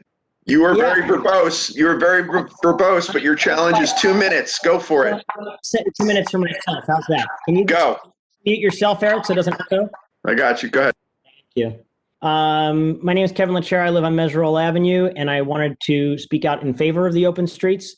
I have been out most of the summer, putting up the barricades, taking down the barricades over by the Lot Radio. And I have seen through the mutual aid, through the North Brooklyn Stewards, which is part of the Open Streets Community Coalition, how amazing this effort has been. We're talking about hundreds of neighbors and thousands of community folks that have come out and utilized this open space. And I think it should be no mystery to anybody on this call how big of a deal it is for this neighborhood. So many of our fights in this community are over open space and equitable open space for what is historically an industrial neighborhood where that's not been prioritized. We're talking 26 square foot of open space per person in this community. And here we are, we're using 2% of the total street space in the entire neighborhood. We are engaging people with their neighbors and with their community. And I think that, are there going to be bumps along the road? Absolutely. But I think that this is incredible. And I think that we have to also be thinking about it in the long term, which is that in the long term, I'm a fourth generation Greenpointer. If climate emergency goes the way we think it's going to go, the way the scientists tell us it's going to go, my family's not going to be here 4 generations from now, and neither is yours. We need to be thinking about bold investment and continued investment in opening some of these spaces up. A continued investment in the status quo for this neighborhood is going to be a disaster. Those same industrial houses that I love you, Erica, those same industrial houses that you're talking about, I live in one of them. And the next Hurricane Sandy that comes through, or the next one, and we're flooded out. We need to be thinking about the types of solutions to these sorts of things. And that lies in investment in open space and green space in this community, so that we can survive. That's it. That's 2 minutes. How's that, Eric? Good job. Right on the money.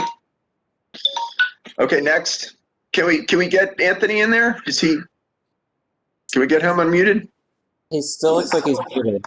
All right. Who's next? Gabrielle? Okay, next is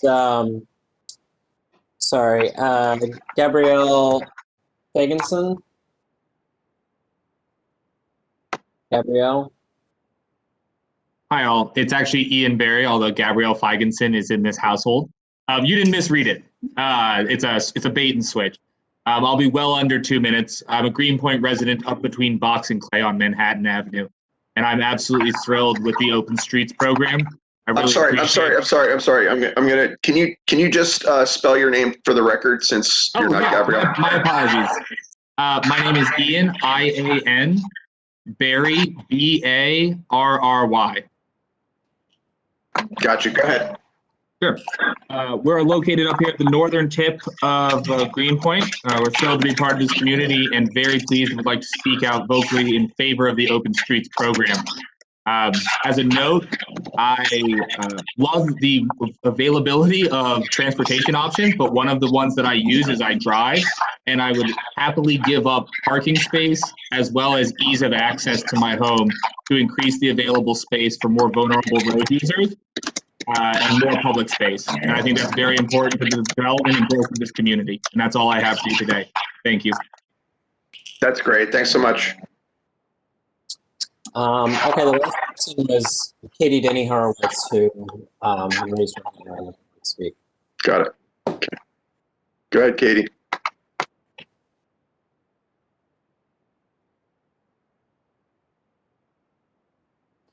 She's still muted.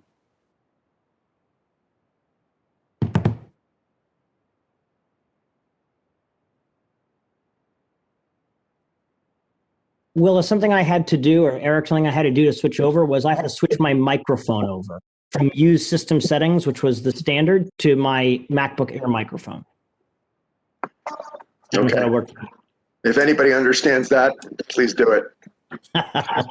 She's still shown as being muted, so yeah, I don't know. Okay. Kevin, can you mute? Thank you. Yeah. Okay. All right. She did say she was going to put her kids to bed, so. Okay. Well, all right. Well, okay. So I'm just going to, all right. This has been a long conversation about one topic. And this is only the first of several meetings. Like I said, we're going to continue these as part of the monthly meeting. Francoise, quickly, in 2 minutes, you can have your response. So if you want to unmute, and then you'll have the last word, and then we'll move on. Okay. Okay. I'll try to be fast. Okay. Go. So I just to echo the comments that a gentleman made about the open space programs that have been coming out in Paris, and I would also add at Barcelona. I think one of the things that works so well for them is that they are really truly designed and they're done thoughtfully. And I don't think that was done here. I think it was very siloed and sporadic. Also, and I'm looking at my notes. So Kyle, you said something that you said, no matter what side you are on. And Ryan also echoed that when she said the opposition. And I think that, I think this is probably one of the largest issues in this conversation is people are seen on either being on one side or the other. And I don't think there's a black and white in this issue. I think that there are, I'll say shades of green, because I think this really boils down to open space. And as a parent, the open streets, my 2-year-old, I tried to get her, or 3-year-old now, she's trying to go down West Street. She did not want to ride in the street. So I think that if it's thought about as making open space, because it sends a very mixed signals to our young children, to people who drive cars, and how to navigate it. So again, I think open space. I think some areas around the lot radio, like the are similar to how streets around parks could possibly work, but it really truly needs to be thoughtfully designed. And I think that's really missing from this program. Perfect. Minute 45. Okay. So like I've said 15 times already, this is only one of many meetings that we're going to have. Thank you for bearing with us for almost a full 2 hours on this one topic. Like to thank Noel for putting that presentation together. I want to thank DOT, Kyle, Jessica, Rhonda, for engaging with us, responding to our requests to show up. I'll be speaking to you individually over the next month or so, and look forward to what's coming up in early 2021. And okay, we will close this issue. And again, the record is open, so please get your comments into the board office. Anything that you want to say by Friday, so I can draft up the report and get it out. Okay. Thank you very much. The next item is we've really run long, so the next item was supposed to be a recap on Meeker Avenue based on a webinar that Kevin Lachera put together and some of the committee members attended last week. I thought it was useful. I think I'm just going to editorialize a little bit, and Kevin, I'll let you say a couple words, and then any board members that want to chime in. I think it was useful to just kind of keep the focus on what we've been talking about for Meeker for years and years, is that we don't want we don't want meter parking there, and that's not going to change. I don't think anybody is for that, especially since we've been talking about, this whole conversation the last 2 hours has been open space. We've been talking about bike lanes under there, which I was on Meeker today and I had to compete with somebody on a city bike because there was nowhere else for her to ride. It was just, I almost hit her because this idiot almost cut me off from the left. You know what I mean? So we need bike lanes into the PQE. So I will make that statement, and we need to be working towards that. And I think that's kind of what the general consensus of the members that attended the webinar, and doubling down on all the things that we've been asking for. So that's my editorial comment on it as an attendee. But Kevin, I'll recognize you for a minute to not for a real minute. I'll give you 3 because we're late. If you just want to come in and make a couple comments since you put that webinar together. Sure. And I just want to say that there are a lot of folks that are. Eric, will you be able to mute yourself real quick? It's just the feedback on my computer is bad. Oh, sorry. Just like Noel, my computer is very sensitive, and so it shouts at me when anyway. I just want to say there's a lot of people that have joined the meeting tonight. One, because they care about open streets. That's been a large contingent of folks. Absolutely. There's also certainly a contingent of folks that attended that webinar. And I think that's right. There's a lot of overlap there. Folks that care about open space and street safety and environmental justice in this community. They recognize the value, and the imperative behind these conversations. Like Eric had said, so there's a lot of folks probably that are on here today that are here for that conversation about Meeker. So it would be great to get even some type of brief update from the DOT on what they're thinking.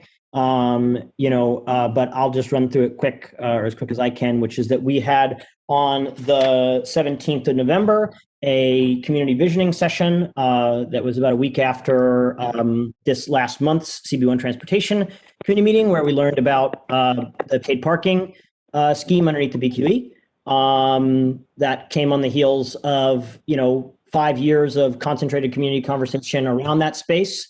Around street safety and advocacy for curb bulb outs and bike lanes and, the long list of things that are needed to begin to undo the damage that the BQE has done to North Brooklyn. Joining that webinar, in that community coalition, I appreciate, nice to get thanked for doing it, but there was a lot of folks that made it happen. And in that coalition that joined us last on the 17th, there was the North Brooklyn Transportation Alternatives Activist Committee, North Brooklyn Neighbors, Newtown Creek Alliance, El Puente, North Brooklyn Mutual Aid, North Brooklyn Stewards, the Williamsburg High School for Architecture and Design, North Brooklyn Parks Alliance, North Brooklyn Open Streets Community Coalition, the Friends of Bushwick Inlet Park, Our Lady of Mount Carmel Church, and the District 14 Green Alliance. In an official capacity, and then with support from our electeds that were in attendance, State Senator Julia Salazar and Brian Kavanaugh, our district leaders, Christina Napotarski and Emil Bazile, our council members, Stephen Levin and Antonio Reynoso, and our assembly member-elect, Emily Gallagher. Those folks were there to state their support for a process here to begin to undo the damage that's been done. And, that kind of falls into, kind of 3 big pillars, which is street safety, environmental justice, and quality open space. And we had nearly 100 attendees all told, that came out that evening for that process. And so we're really thrilled. Department of Transportation was invited to that meeting, but obviously it was short notice. The whole thing's been short notice. And so we hope to see him at the next one, to hear what the community wants in these spaces. I think it's absolutely vital. The BQE has cut this community in half for 70 years. Contributed to record high asthma rates in the South Side. It's, contributed to how many deaths of pedestrians and cyclists and people in their vehicles using it like a speedway. It is a dangerous eyesore and a community that is starved for open space. And it's 25 acres of open space from between one bridge and the other. We don't want to see it used as paid parking. We want to see it used as something to undo the damage that's been done to this community by the BQE. We have a petition and a resource list that were put together from that meeting that I will go ahead and share so that it can appear in the record. We're working on a coalition letter and a public report, as well as visioning sessions around individual pillars that I spoke about: street safety, quality open space, and environmental justice. Anybody, of course, is welcome. Particularly our agencies, our electeds, and the public who wants to see something better. So I'm happy to answer any questions about that. I know, Eric, I just want to say there's a lot of folks, I know I said at the beginning, there's a lot of folks that are on this call that joined specifically because Meeker was on the agenda. So it would be great to get, even if it was a brief update from DOT as to what their thinking is, just because it's few and far between that we all get to see each other here. And if there can be any questions or whatever, even briefly, I understand that the open streets matter to me, so I'm glad that we had the conversation about it tonight, and eager to continue. Sure. Rhonda, if you just want to relate what we talked about the other day, I realize there's not a lot to say, but if you just want to give us There's very little to say because when we first talked about, when you first invited me to come to this meeting, you didn't say that you were looking for an update on Meeker Avenue, and I didn't learn that until like Wednesday night. That was listed on the agenda that way. So at this point, the only update is that we intend to come back to the community board in early 21 with a plan that includes bike lanes under the BQE. Rhonda, this is Kevin. Hi. Has the current parking plan been put on hold? Not necessarily, no. So is construction still ongoing? Is the intention to put this in and then come back with a plan in 21? No, the plan is to come back in early 21 with a plan that is, I believe, is likely to include this, that first 3 blocks of parking, but to include the bike lane. Yeah, and Kevin, I just wanted, I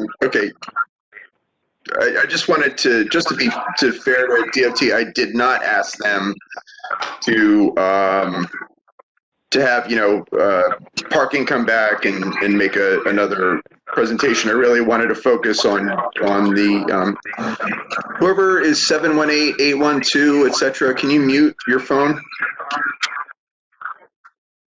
Okay. Thank you.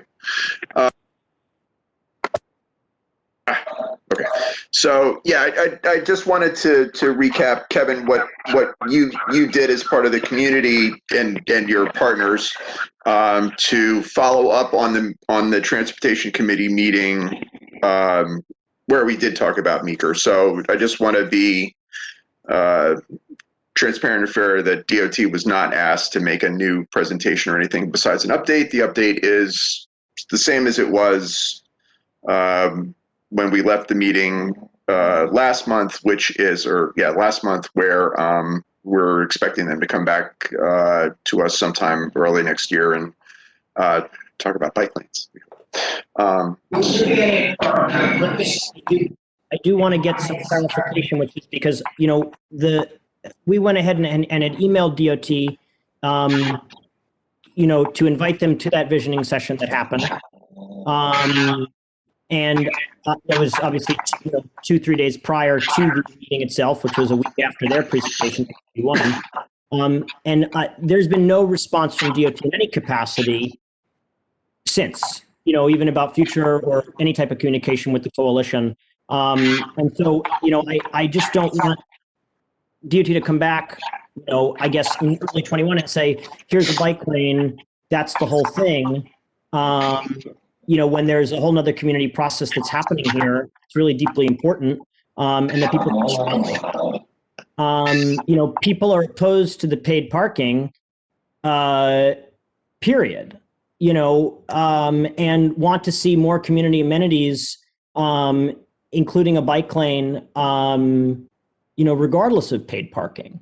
They want to see safety treatments. They want to see bulb outs. They want to see more time to, cross the street in these areas, including the bike lanes. So I just don't want us to, like Councilmember Levin had put it quite well, which is that we spend sometimes years and years and years on a bulb out or a corner or an intersection or a stretch of bike lane, and what people are envisioning for this space is a bit more comprehensive. And because we're talking about early 2021, this is the last meeting of the year, I imagine. So, if the next meeting is a Department of Transportation proposal that they feel like is going to respond to all the community concerns, I don't, and this, I try to say this respectfully, I'm not sure that they've heard all those community concerns. Because we had that visioning session on the 17th that no one was able to make it out to. We've had no communication with them since. And so I try to say that, and I know Rhonda last time that I didn't speak as respectfully as perhaps I should have, but I'm trying to speak as respectfully as I am able, which is to say we want DOT to be involved in this process, whether that is your office or whether that is folks from the Public Plaza program or whatever. I mean, nearly 100 people from this community showed up for that event on the 17th. Every offices from every one of our elected officials in North Brooklyn showed up. So many different community partners across the board.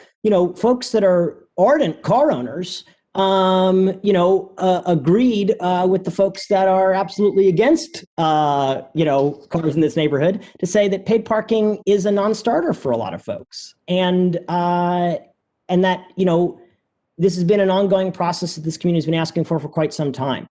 And so, I understand that perhaps, timelines have been short and that was not something that your office was prepared to speak about, but it is happening in the district that you're responsible for. And it's a concern of a lot of people who live here. Okay, that's understood. Now, you say that you haven't heard back from us after you invited us to this meeting. You invited us to a meeting, but did you submit some sort of summary statement after the meeting that you're looking for a response to? I sent an email to 13 folks in DOT, and I got no response to that email at all. And a summary of what was discussed at your meeting? No, I guess what I'm saying is that this was a community process and a discussion around this space that is controversial and is something that, there's active DOT plans for. And there was a large community conversation about it with folks from, a very, very broad coalition. That it's being touched on briefly here in this CB1 transportation meeting, but there was a whole visioning session about it, and it would be great to have some communication with the agency that's responsible for this, moving forward, and even if it is in a, I don't know, I just feel like if in early 21 the conversation is here's a bike lane, you're welcome, the paid parking is going in, it's not a recognition of what's actually happening on the ground here.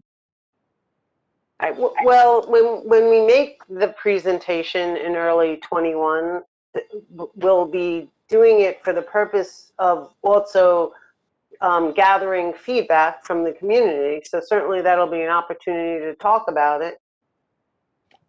Yeah, and I don't want to back and forth, but I guess I just, wouldn't that presentation be all the better if it was incorporating that feedback from the jump? People are doing the work now in the community, to talk about what this space could be and what they want to see. They're doing the types of work that, I have seen DOT do in the past, which is good work, around community visioning.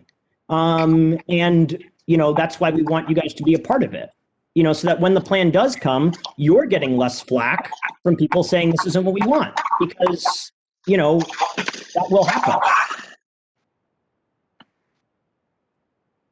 So do you have another one of these visioning sessions scheduled? We don't have another one scheduled right yet, but we are planning one probably by the end of the streets. By the end of this month, we're planning one specifically probably around streets. Okay, so I think the disconnect maybe a little bit is that DOT was invited but didn't reply. So in this case, if Kevin, once you have that date, Rhonda's email is out there, I believe, or well, I'm sure you have. Say again. Sorry, we're happy to. Trying to mute yourself, Eric. Okay, we're happy to send along. We're working on a public report that incorporates the suggestions that we got in that meeting and the feedback we got from our partners. And we're happy to send along the comments that we got in our chat during the meeting, hoping that all that can inform any DOT plan that comes forward. Yeah. Okay. That would be very useful to see. I would encourage you to send that. Okay, great. Thank you. Okay, let's do that. Committee, we're super late now. Does anybody have anything to add to the Meeker conversation? Will and Karen, you were both on that call. I think Ryan, you were on that call too, right? Anybody wants to say anything, or are we good? What do you want to do? Going once? Hello? William, Yes. you were on that call as well. Go ahead. Yes, it was a very powerful and a really getting together of all minds, and we've been wanting. We all have a vision of that space to be something to be proud of, and we see it as good use for open space. I know we may have to get involved with other partners, but suggestions about having basketball courts there. It's just lighting and security. One of the problems I said on the previous transportation committee is myself and other neighbors have been going to that space. Meeker Street has been cleaned up because now we have young people using it as parties. We put flashlights on them, they go away, and then we find syringe needles on the Meeker Street Avenue. Unfortunately, one of our neighbors is a nurse, and we pick it up safely. We put it in a proper container.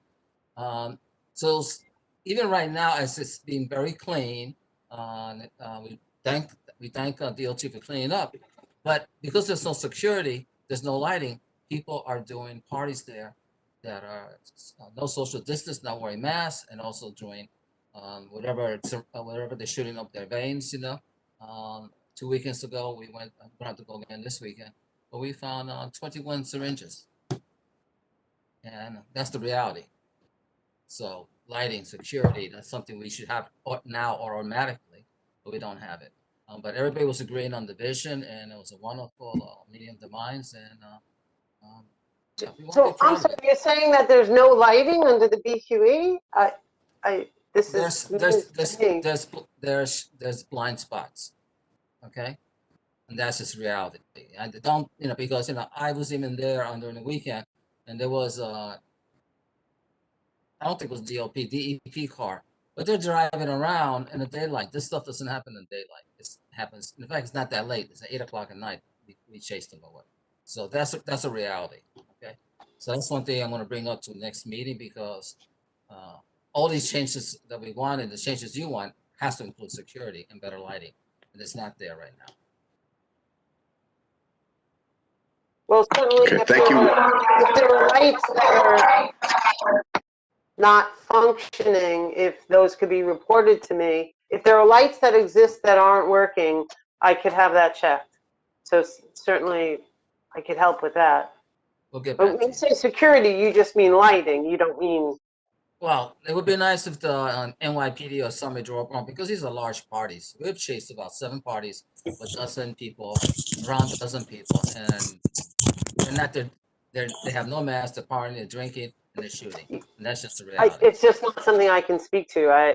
We don't have a body of enforcement for something like that. I know DOT, but that's part of the conversation.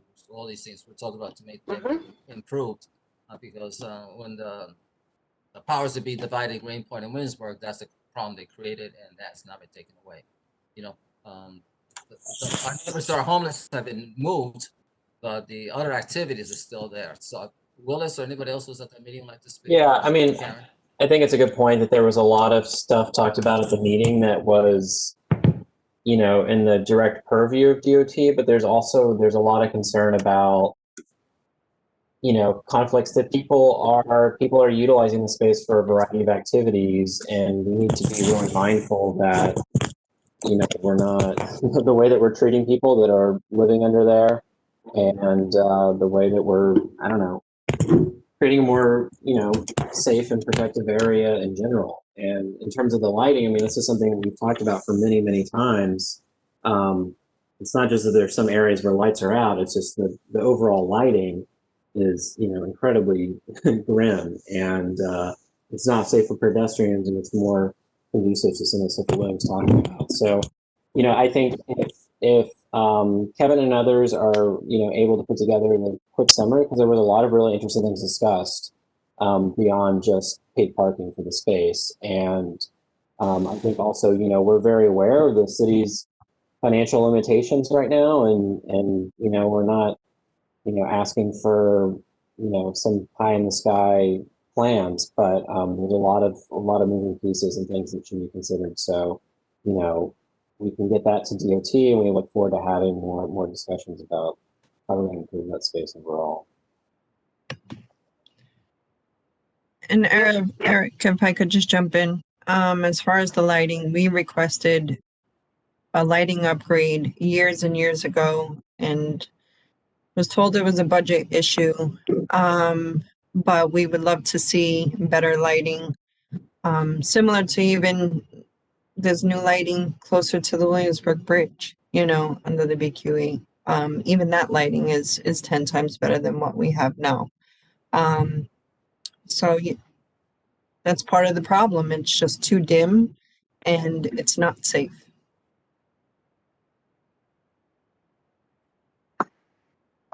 Okay. Anybody else on this item? Can you hear me? Is that Simon? Yeah, can you hear me? Yes, Simon. On the item, any questions? Yeah, I would just like to know where are the plans that was put out? It was mentioned that the last couple of years there were some plans put out what to do under on this site under the BQE. Where can we look at that ideas that was floated around? Some of it is on the DOT website under Meeker Avenue. And Rhonda, do you want to say where else people can find those things? I don't know. That's a good question. You're asking for about results of the 2 workshops that we had regarding visioning under the BQE? Yeah. When did it take place? What you have the dates, and where can I look at it? So I don't know off the top of my head. It was like in 2017. I think we discussed at the last meeting. I could find that out. Okay, but when the visioning session was, and if there's a place that we have a report that came out of that. I don't know that we do. Rhonda, I'll follow up by email with you to see if you can track that down, and I'll distribute it to the committee. Eric, you have it, and Simon, we have it. We put the resource list together after the visioning session, and that has all previous threats, reports, visioning documents together there. So. That's great. Kevin, if you want to send that to the board office, and we'll distribute it. Sure. Thanks so much. Make sure you include me too, Eric. Thank you. Yes, ma'am. Rhonda, I wanted to bring up a point. Could you stay on after this issue? Yeah, we'll talk about it in new business, Simon. Thank you. Okay, thanks. Let's see. Okay, anybody else on this issue? On this item? Like burning in your soul to talk about it? Okay. This is another thing that's going to come up either as old business or as its own agenda item early next year. So I don't want people to think, we're not going to keep talking about it. We're going to keep talking about it. So, so that being said, we will move on to, sorry, bear with me. 4 devices going here. Okay, great. We're in old business now. So old business, I know John Rosmus is on the call, and I apologize to him earlier because I know he wanted to talk about, well, I guess we'll call it the 5 Leaves intersection. I don't know what else to call it. It's too confusing to call it anything else. Those of you that have been around know that we've talked about this endlessly. It was redesigned when MTA needed a bus turnaround for the L shutdown that never happened, and we've been back and forth with different thing. So there was those of you who are not aware, there was a really bad accident there a couple weeks ago where a woman almost, I haven't heard the update, but she almost lost her leg if she hasn't, sadly. Initially, there was a lot of talk about that intersection because of all the discussion that we've had in the past, but the Daily News article that came out that Saturday had determined that the driver was impaired, has a history of drug use, and it seemed, I haven't heard follow-up since that article, but it seemed that it was a driver impairment issue that was the cause of that, rather than the traffic array or people stopping in the middle because they can't make the turn or all the other complaints that we've heard. But if anybody, I mention it because it's still on our radar. But if anybody wants to, committee or anybody wants to say anything, and John, I'll recognize you for 2 minutes to talk about it if no committee members have anything to say.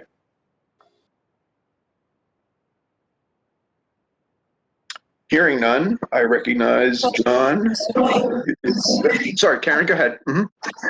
I was just wondering if it's possible to get concrete planters or something for more protection in that intersection. I'm sorry, what? You said you called it the 5 Leaves intersection? I don't know what that is. Okay, sorry. So for those not aware, the 5 Leaves intersection is Lorimer, Nassau, Bedford, Berry. What am I missing? It's just Nassau. Yeah. Okay. So it's that area. It's the area that MTA needed to do the bus turnaround, and then it never happened.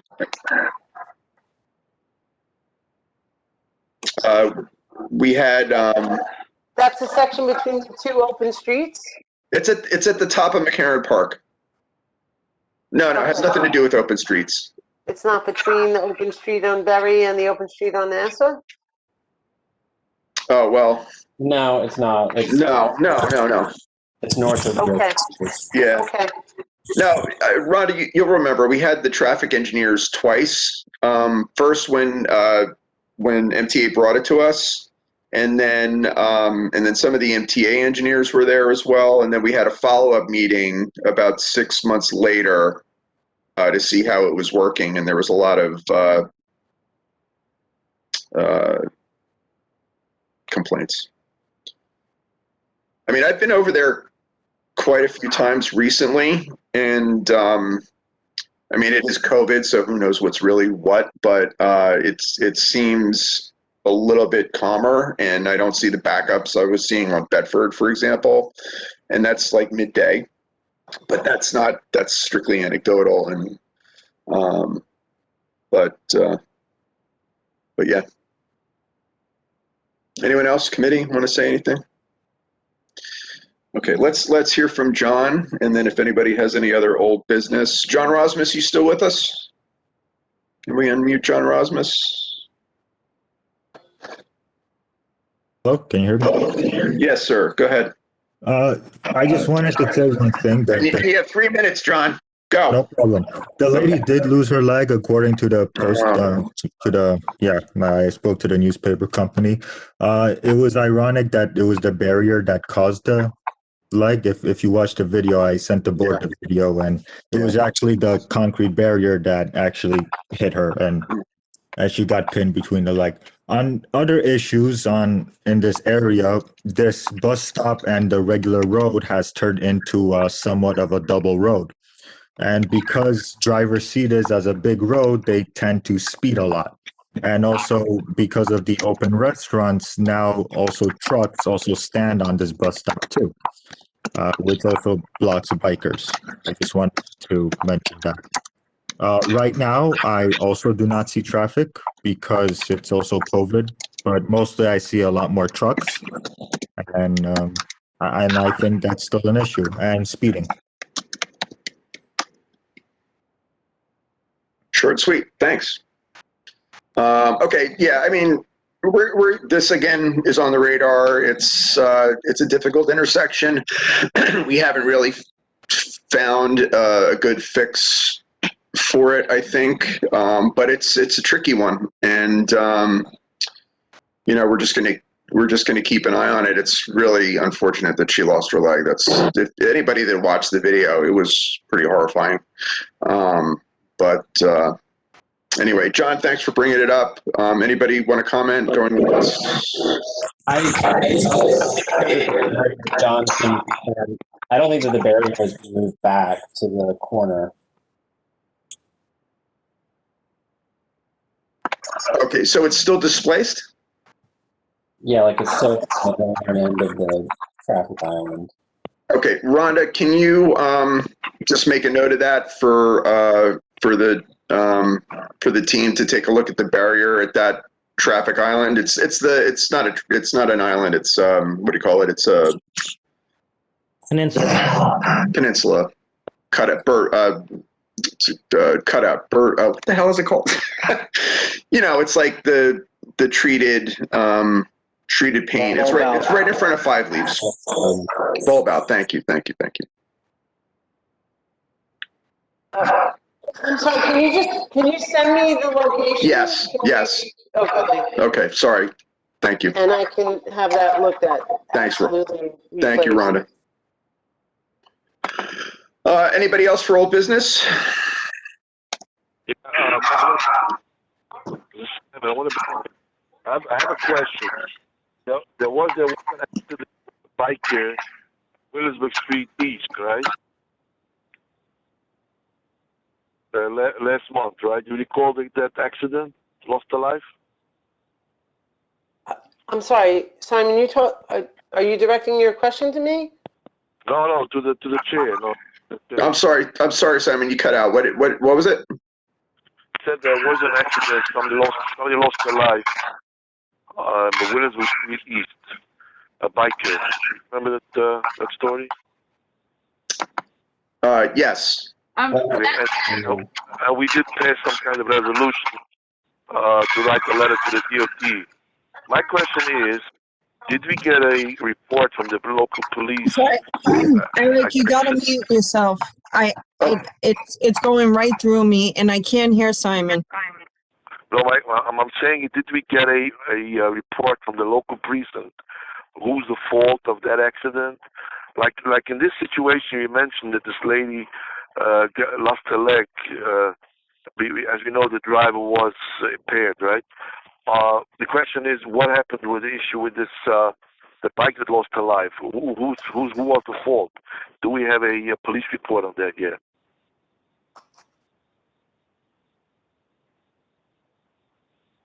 You understand what I'm saying, Eric? Yes. I am not aware that we got a response. Ryan is waving her arms furiously. If she has an answer, Ryan, do you have an answer? I haven't seen her police report. I haven't seen a police report. I believe it's in the. No, there hasn't been any update from the DA or the police publicly.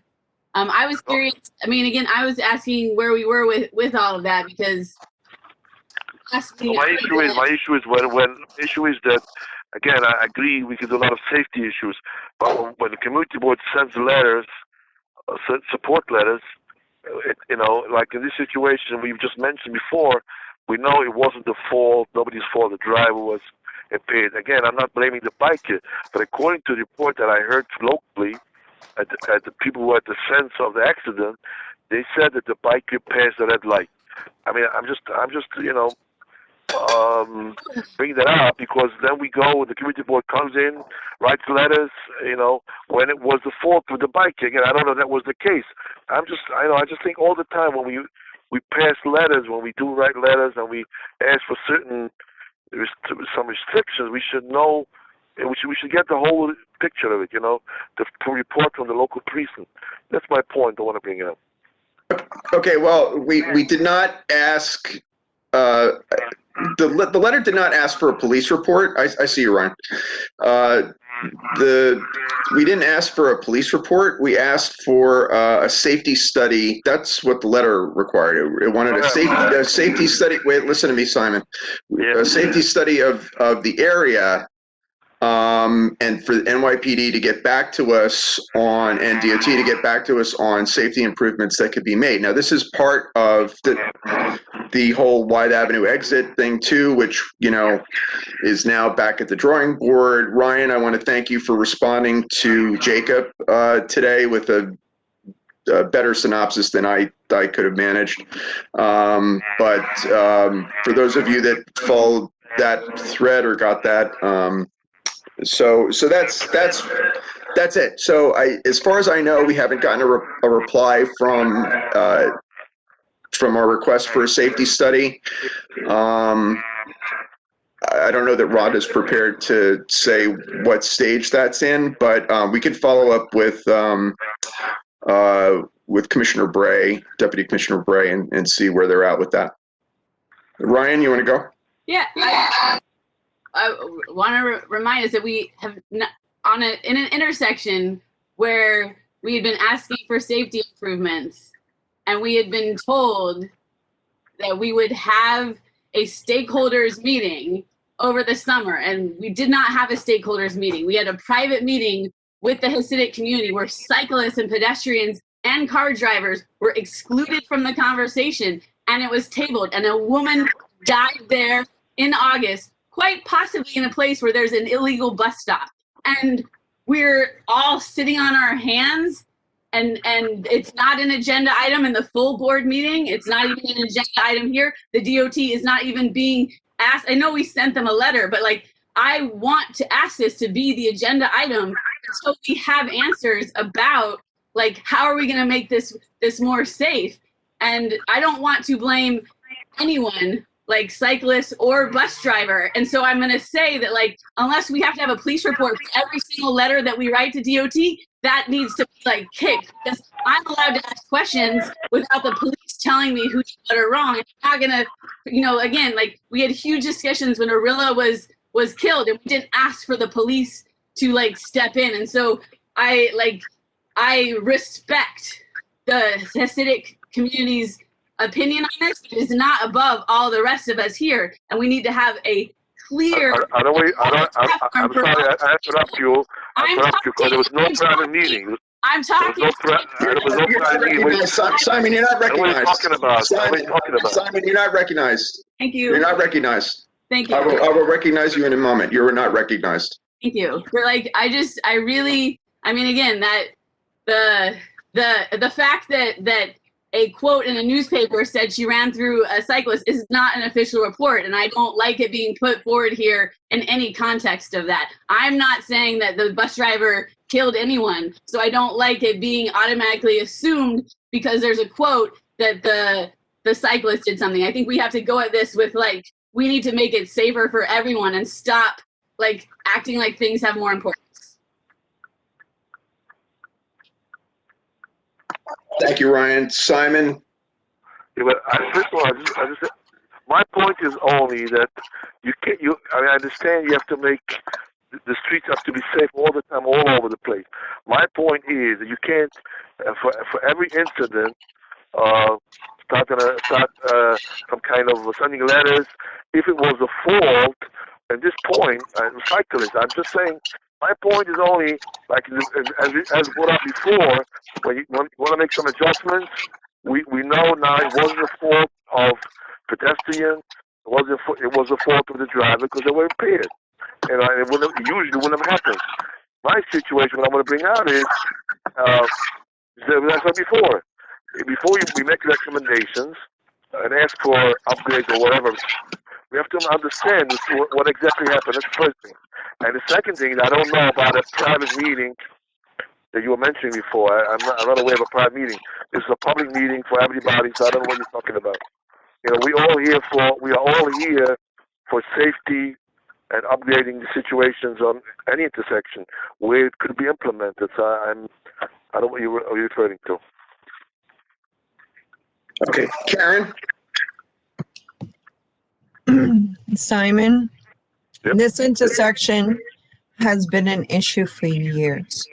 It has been unsafe, not only for the cyclists, but also for pedestrians that were crossing. You know that, and for cars themselves. So, you know, whether if it was the cyclist's fault or not is null and void, null and void.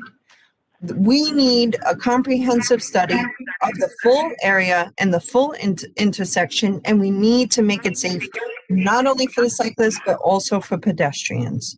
That's number one. Number two, the Nassau Avenue intersection has been an issue again for several years now. It has been dangerous, so it doesn't matter regardless whether the driver was impaired.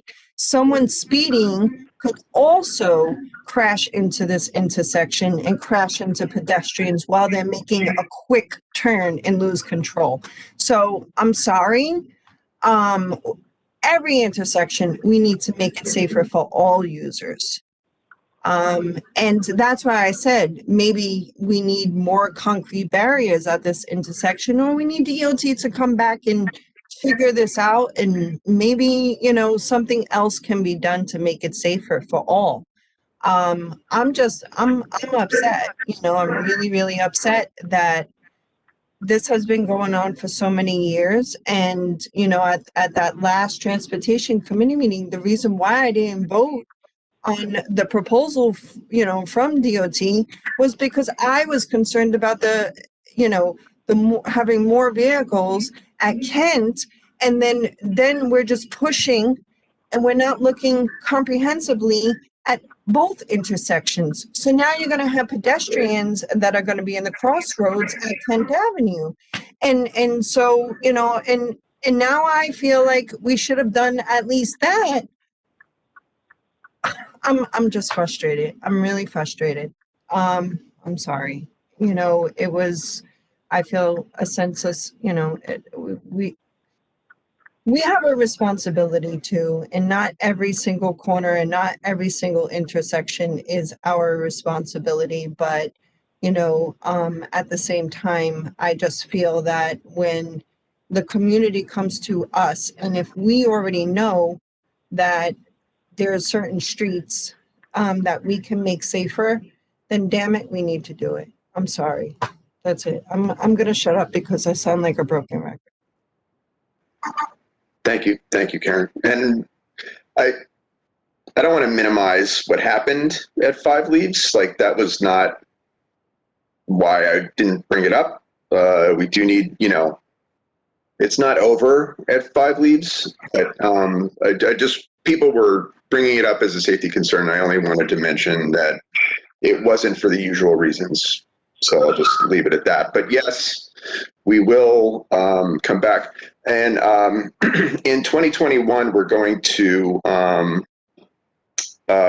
look at that wide area again, because, you know, we can't, there's a New York State DOT component to it, and we're really going to need to double down early next year on what's going on over there. for all the reasons I'm concerned about, for all the reasons that everyone else is concerned about, it's something that we'll take up early next year. So I just want to keep people focused on that. And thank you, Karen. It's an important point to me. Anyway, anybody else for old business? Simon, I know you have new business. Is Rhonda still on the call? I am. Okay. Simon, go ahead. Yes, okay, I sent you an email. I tried to, this is an issue regarding Lee Avenue on Friday afternoons that have the restriction of, like every day, no parking between 4 to 7 due to the traffic, flow of traffic. It's all week, but on Fridays, I have been requested for a lot of local community residents. As the stores, it's a Sabbath, the stores close. The latest they close at 2, 3 o'clock. Throughout the year, the restriction of 4 to 7 should be removed of just for Fridays, because there's basically the streets are deserted, so it has no purpose for Fridays. In that email, you asked for us to install a meter that would be only in effect on Fridays? Yes, the same kind of meter is in Borough Park. But it's not only in effect on Fridays, it's in effect every day. No, Borough Park is only restrictions. Borough Park is only in effect on Fridays. It's like a 4-hour window. So the meter works for you could put the money in like 3 o'clock and it works for 4 hours, and it only works on Friday. And that's in effect on 18th Avenue and 13th Avenue. So the same meter all week is like 1 hour, 2 hours, and on Friday it works. Oh, so it's in effect, the meters are in effect all every day, Yeah. but just they have the Sabbath restriction on Friday. Right. So again, why the reason is because the stores are all closed. There's no buses. No schools are closed at 1 o'clock. The streets are deserted. So the reason for the flow of traffic on Lee Avenue, which was the purpose of having the 4 to 7 no standing on one side or both sides, depends which part of Lee Avenue, it basically has no bearing. There's no reason to have that restriction only on Fridays. I'm asking. So. Right, but the way I read that is you were asking for meter, I'm getting feedback too, it's hard to talk. You had asked for meters to be in effect only on Friday, and we certainly can't do that. No, there is current meters there. There are current meters there. You know what I'm talking about, on Lee Avenue, right?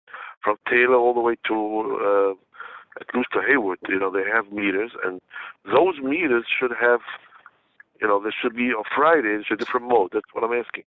All right, so you're going to need to put that in. You're going to need to submit that.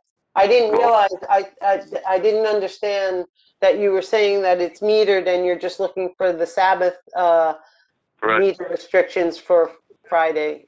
And I had actually talked to Eric about it, and I don't think he understood that either. Oh, well, maybe it's misunderstood. But basically, the restriction of no standing of 4 to 7 all week should be removed for Friday afternoon. That's all. All right, so you're going to need to put that in the way that you attempted to do so, because that is that portal is operating. Okay. Okay, so I tried to put it in the portal and it didn't accept it.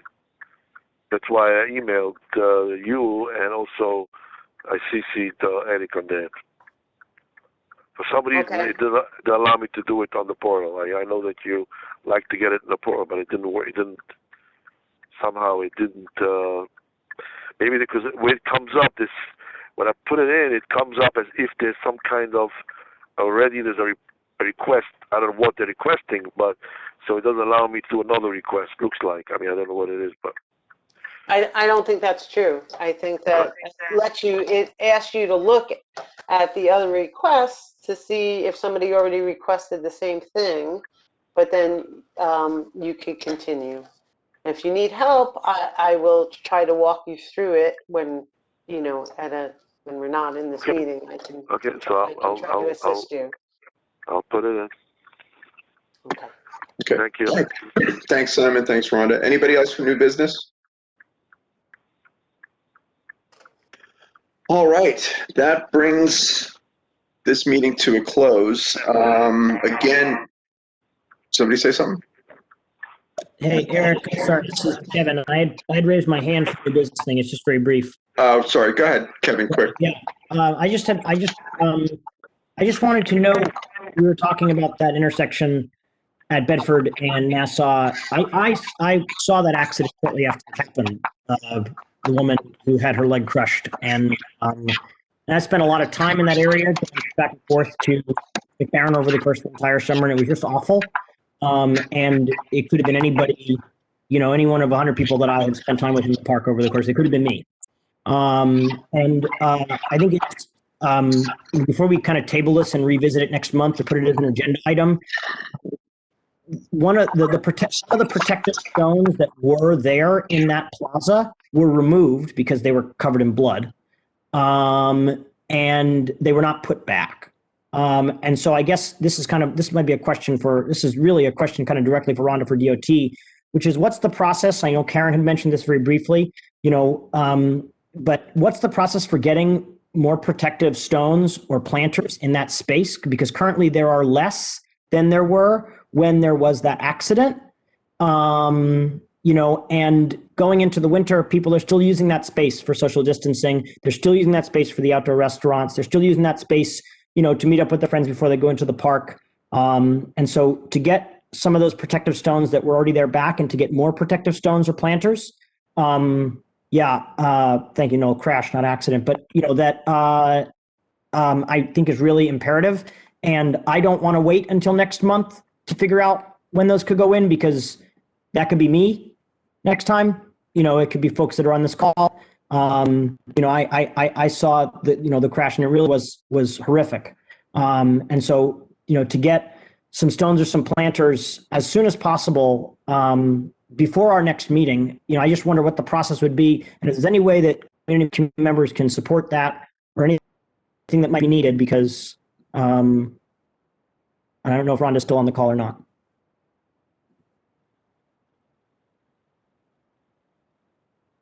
Did she leave? I think she might have dropped out. I'll follow up with her via email, Kevin. Because Will brought up the same point, is that with the stones, I don't know if you heard that, but Will did bring it up, and she did have it in her notes, so it didn't go unnoticed. Okay. Yeah. It's an important point. I wasn't saying that we'll wait till next month to talk about it. It was mentioned, and we'll follow up on it. And that corner, Sarah Pitts, where Sarah Pitts was killed, she was a member of this community. She came out to McCarran throughout the summer for the protests and to stand with her neighbors. And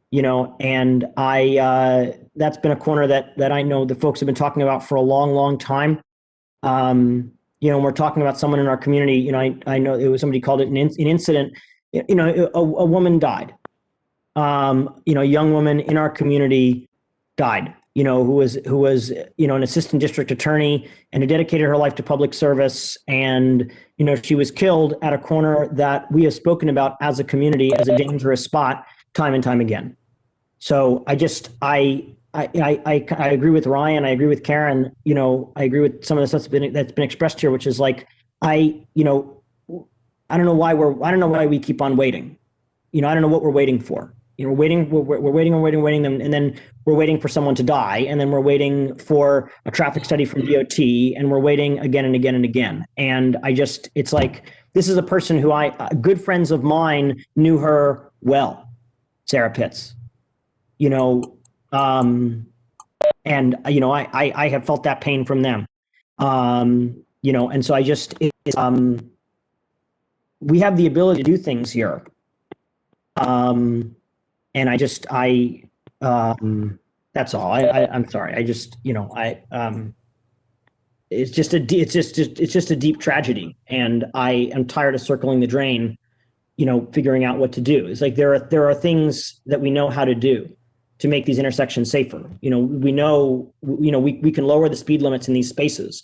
We can put traffic cameras in these spaces. We can build bulb outs in these spaces. We can build protected bike lanes in these spaces. We can invest in the open space. That means that people are not riding in the same lane as trucks or buses. And Karen, you said you sound like a broken record. You don't sound like a broken record. It's an indictment of the system that you have to be saying the same thing over and over and over again. It's like, you've been doing this so much longer than I have, and I have deep respect for you. It's like, I've only been out here since the beginning of 2019, and I feel like a broken record saying some of this stuff. I'm brand new to it, and it's our friends who are dying. And I don't think that we should just accept it and wait and say, okay, well, we'll wait for this DOT traffic study to conclude 6 months from now. We have a third-term outgoing council member who's saying the exact same thing, which is that it's taking a lifetime to get this stuff. We're all going to drown in the meantime. Kevin, I'm sorry, but this still is, you are an attendee at the meeting? You're not, you're not a member of the committee, so let the committee continue its deliberations. It's okay, Marie. I recognize. I recognize him. But thanks for that, Kevin. And we are all frustrated with this process. I mean, like, why the Avenue drives me crazy constantly. And the other areas too. So but we're fighting the bureaucracy. Unfortunately, there's like these time limits on process and everything else, and it takes us at the community board, it takes you at the public level to constantly harass these agencies for answers, and and your elected officials. That's the only way that things happen or get sped up. And just preaching to the choir here for who's left, and Kevin, you've done the yeoman's work over the last couple months to really make stuff happen, and Noel and everybody. I mean, everybody on this call, like, we've all, driven ourselves crazy trying to get these things resolved. And, you're just fighting the bureaucracy. And so we just have to keep fighting the bureaucracy until we get what we need, not what we want, but what we need, which is safety. So Ryan, I think you want to say something. And Ryan, I'll let you be the last word, and then I'm going to close. No? Yes, go. Yes. Go ahead.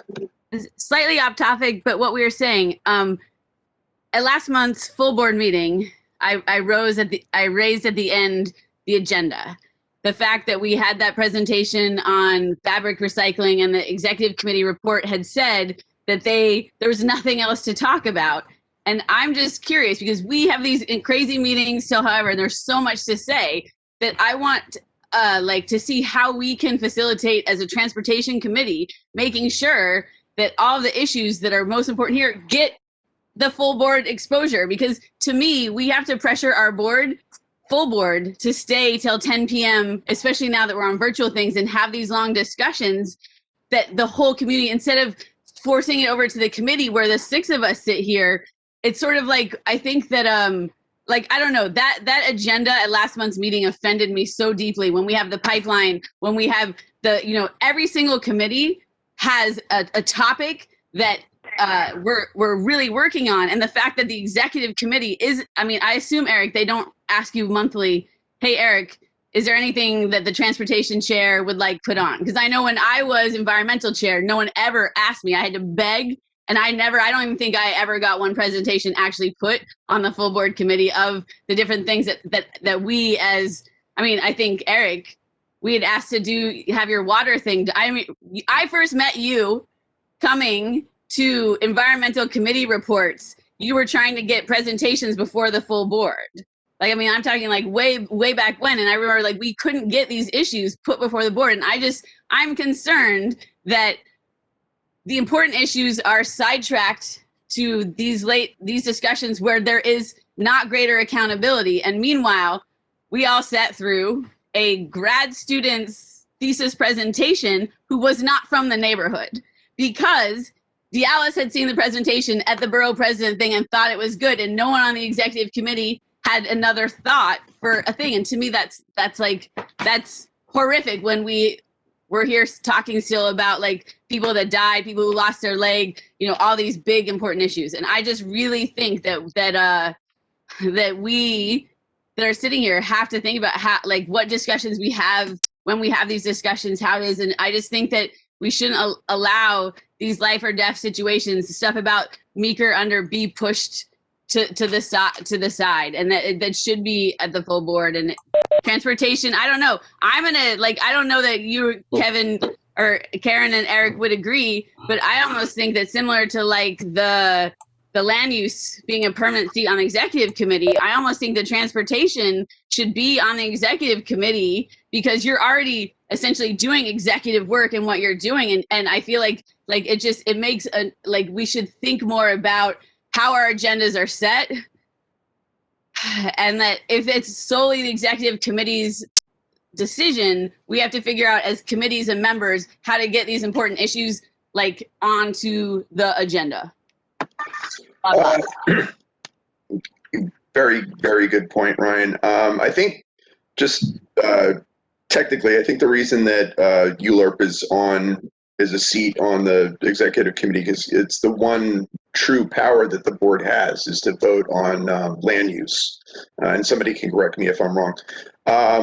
Transportation, DOT defers to us on issues. They'll come and ask for our support on particular things, but they don't necessarily need our vote to move ahead with stuff, you know, so just putting that out there. And then I think the only solution to your concern, Ryan, right now is attend the executive committee meeting. And when stuff like fabric recycling comes up and you're like, somebody died on Wythe Avenue, that's the place to make that case. I realize the challenge with that. No, but before I was to attend and I was not allowed, and I was told we wouldn't be allowed to bring up the topic. So like when the SUV thing came up, we asked it to attend executive committee. We asked to put agendas on. We were told to come and we could sit and observe, but we couldn't say, listen, or be heard. So I was not going to give my time to do that. So that's not an option.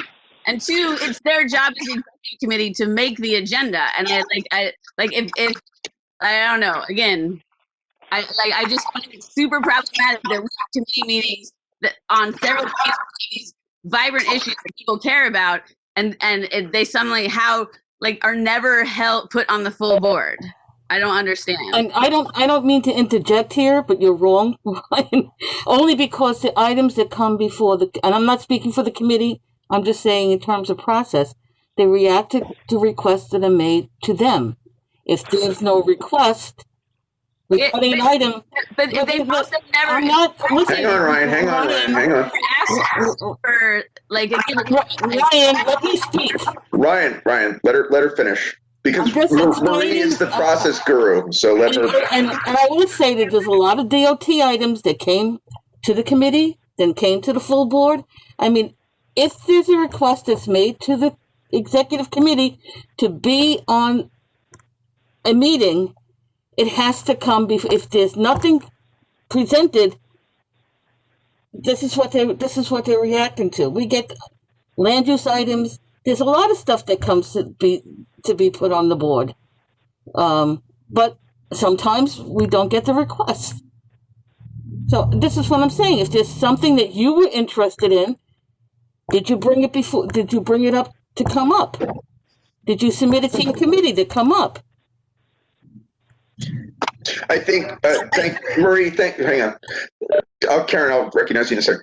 So, Marie, thank you for that clarification. And again, the board is a bureaucracy too, So let's do this for at least Transportation Committee. If there's anything, if I don't bring it up, we are a committee. So if there's anything that the committee wants to see addressed at the next executive committee meeting for the full board agenda, let's make that a regular point of order in our meeting, and then go from there. Karen, Karen, and then Ryan, and then hang on. Yeah. Go ahead, Karen.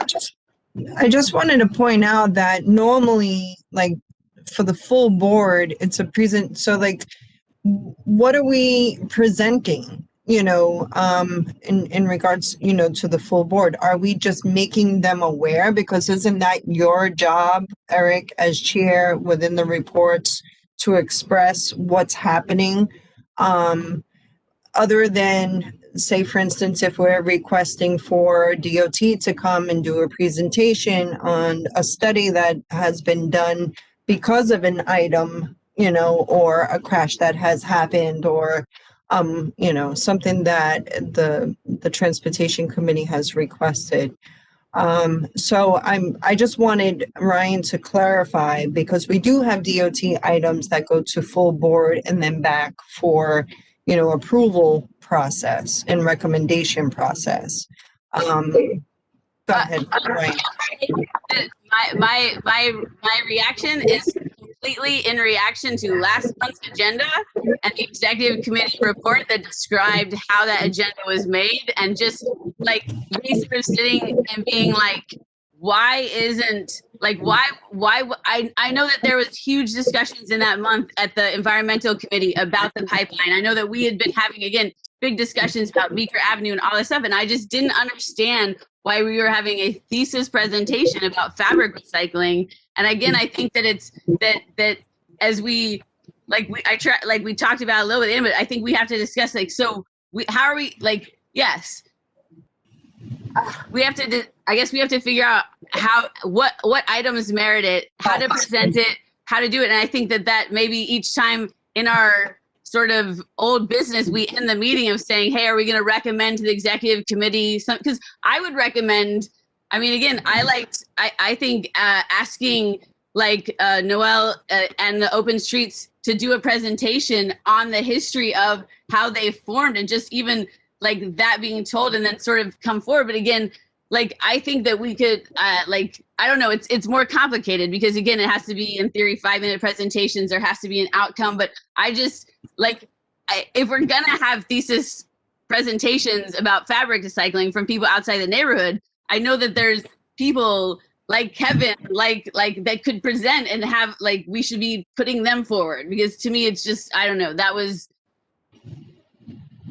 right. And we could request, for instance, Noel to, submit a request to the board to be put on, the full board agenda. We could do that as well. So that's, I mean, I don't see what the issue of that is. And then we as a committee could say to the executive, this is a really important item and it needs, space on the agenda. I mean, right now, there's not much going on as far as the full board agendas. It's not jam-packed like it used to be. So, I can't see them saying, oh, well, we don't have room on the agenda. It's going to have to go, for the next month. So, yeah, let's do it. Eric. Okay. Sorry. I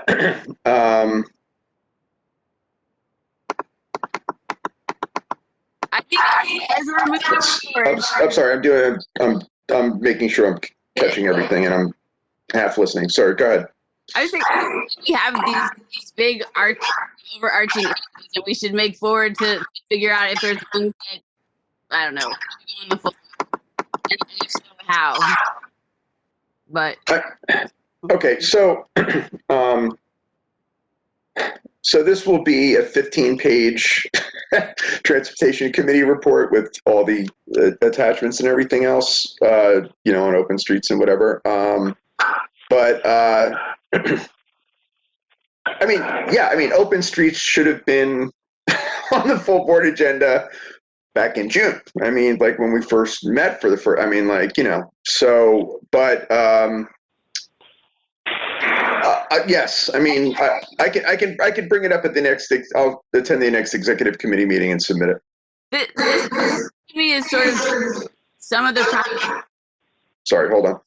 Yeah, I think that it's important that, I don't know how, we need to have, I don't know if it's someone from the executive committee, I just feel like the transportation committee is one of the committees where the community interacts and these sort of things grow out. And I just really feel that somehow it has to be better incorporated into how things are put on the agenda for the full board, and then just how, I don't know. Because again, I don't, sometimes it's way better on the small level because we can micromanage and ask the different questions. But I think there's some issues that are just, I don't know, they're being missed out on.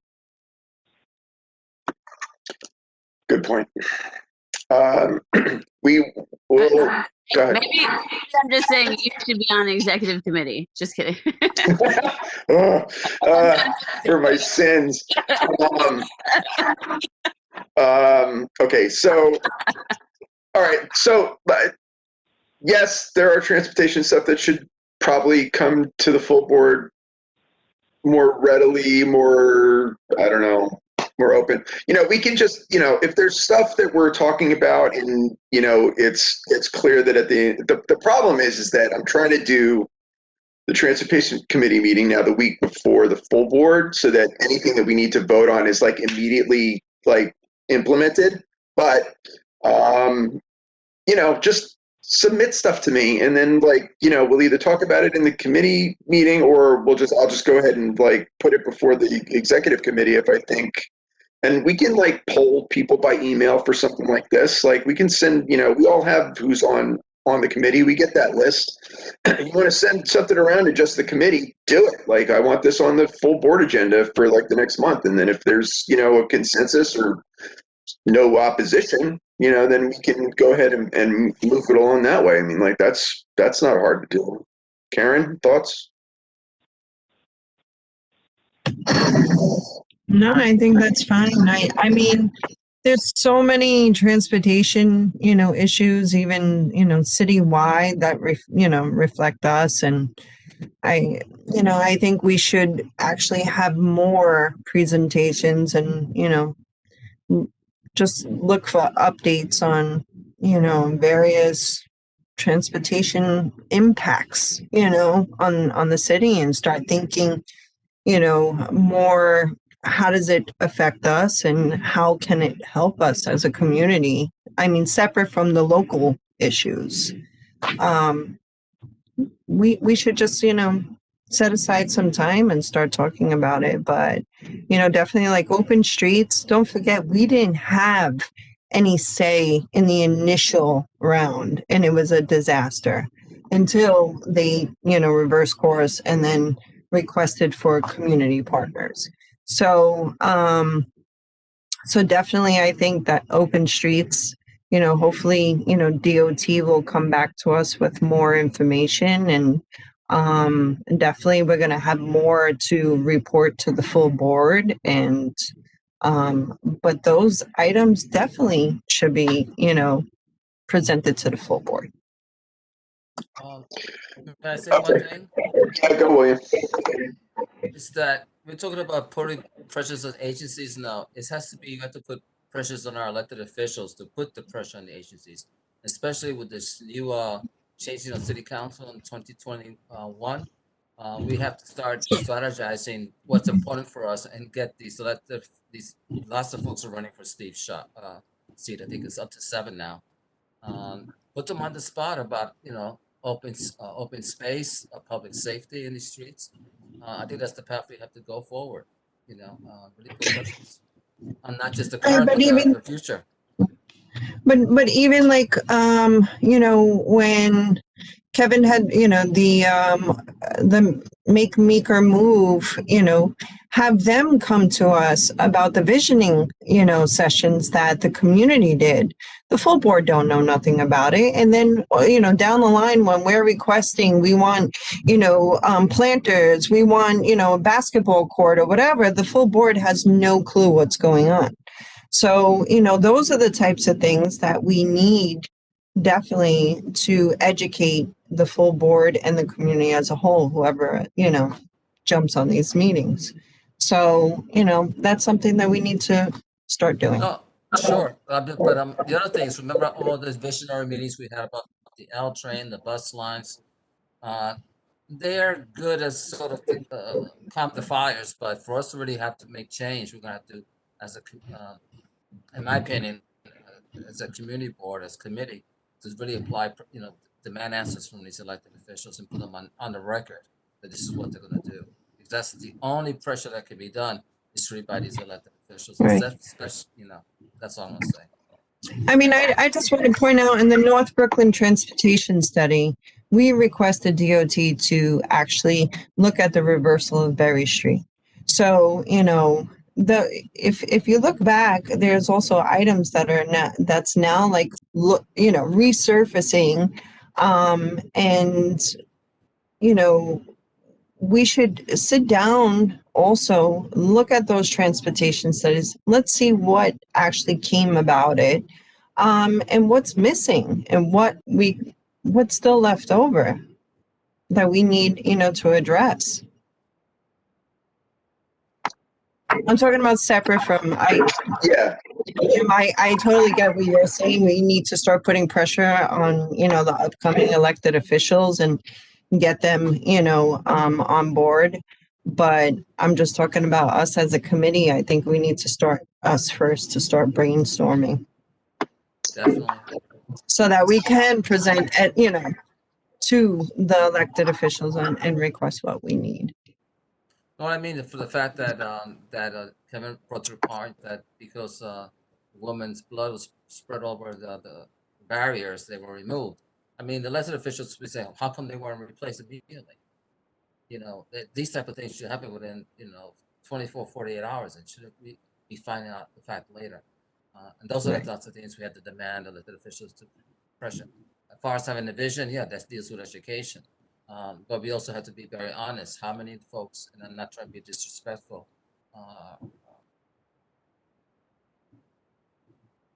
we have to somehow get some energy into some of our colleagues, because I just think they already are just sitting there and collecting dust. That's all I'm going to say.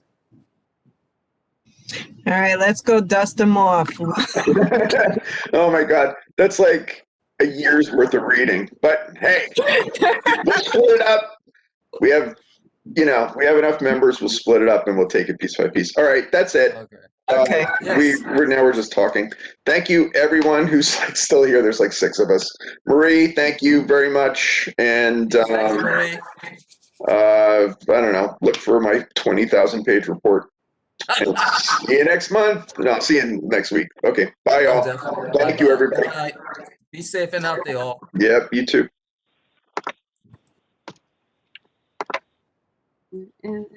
I get off of here. I'm trying to get out too. Bye. Bye. Have a good one. Thank you, Karen. Thank you, Ryan.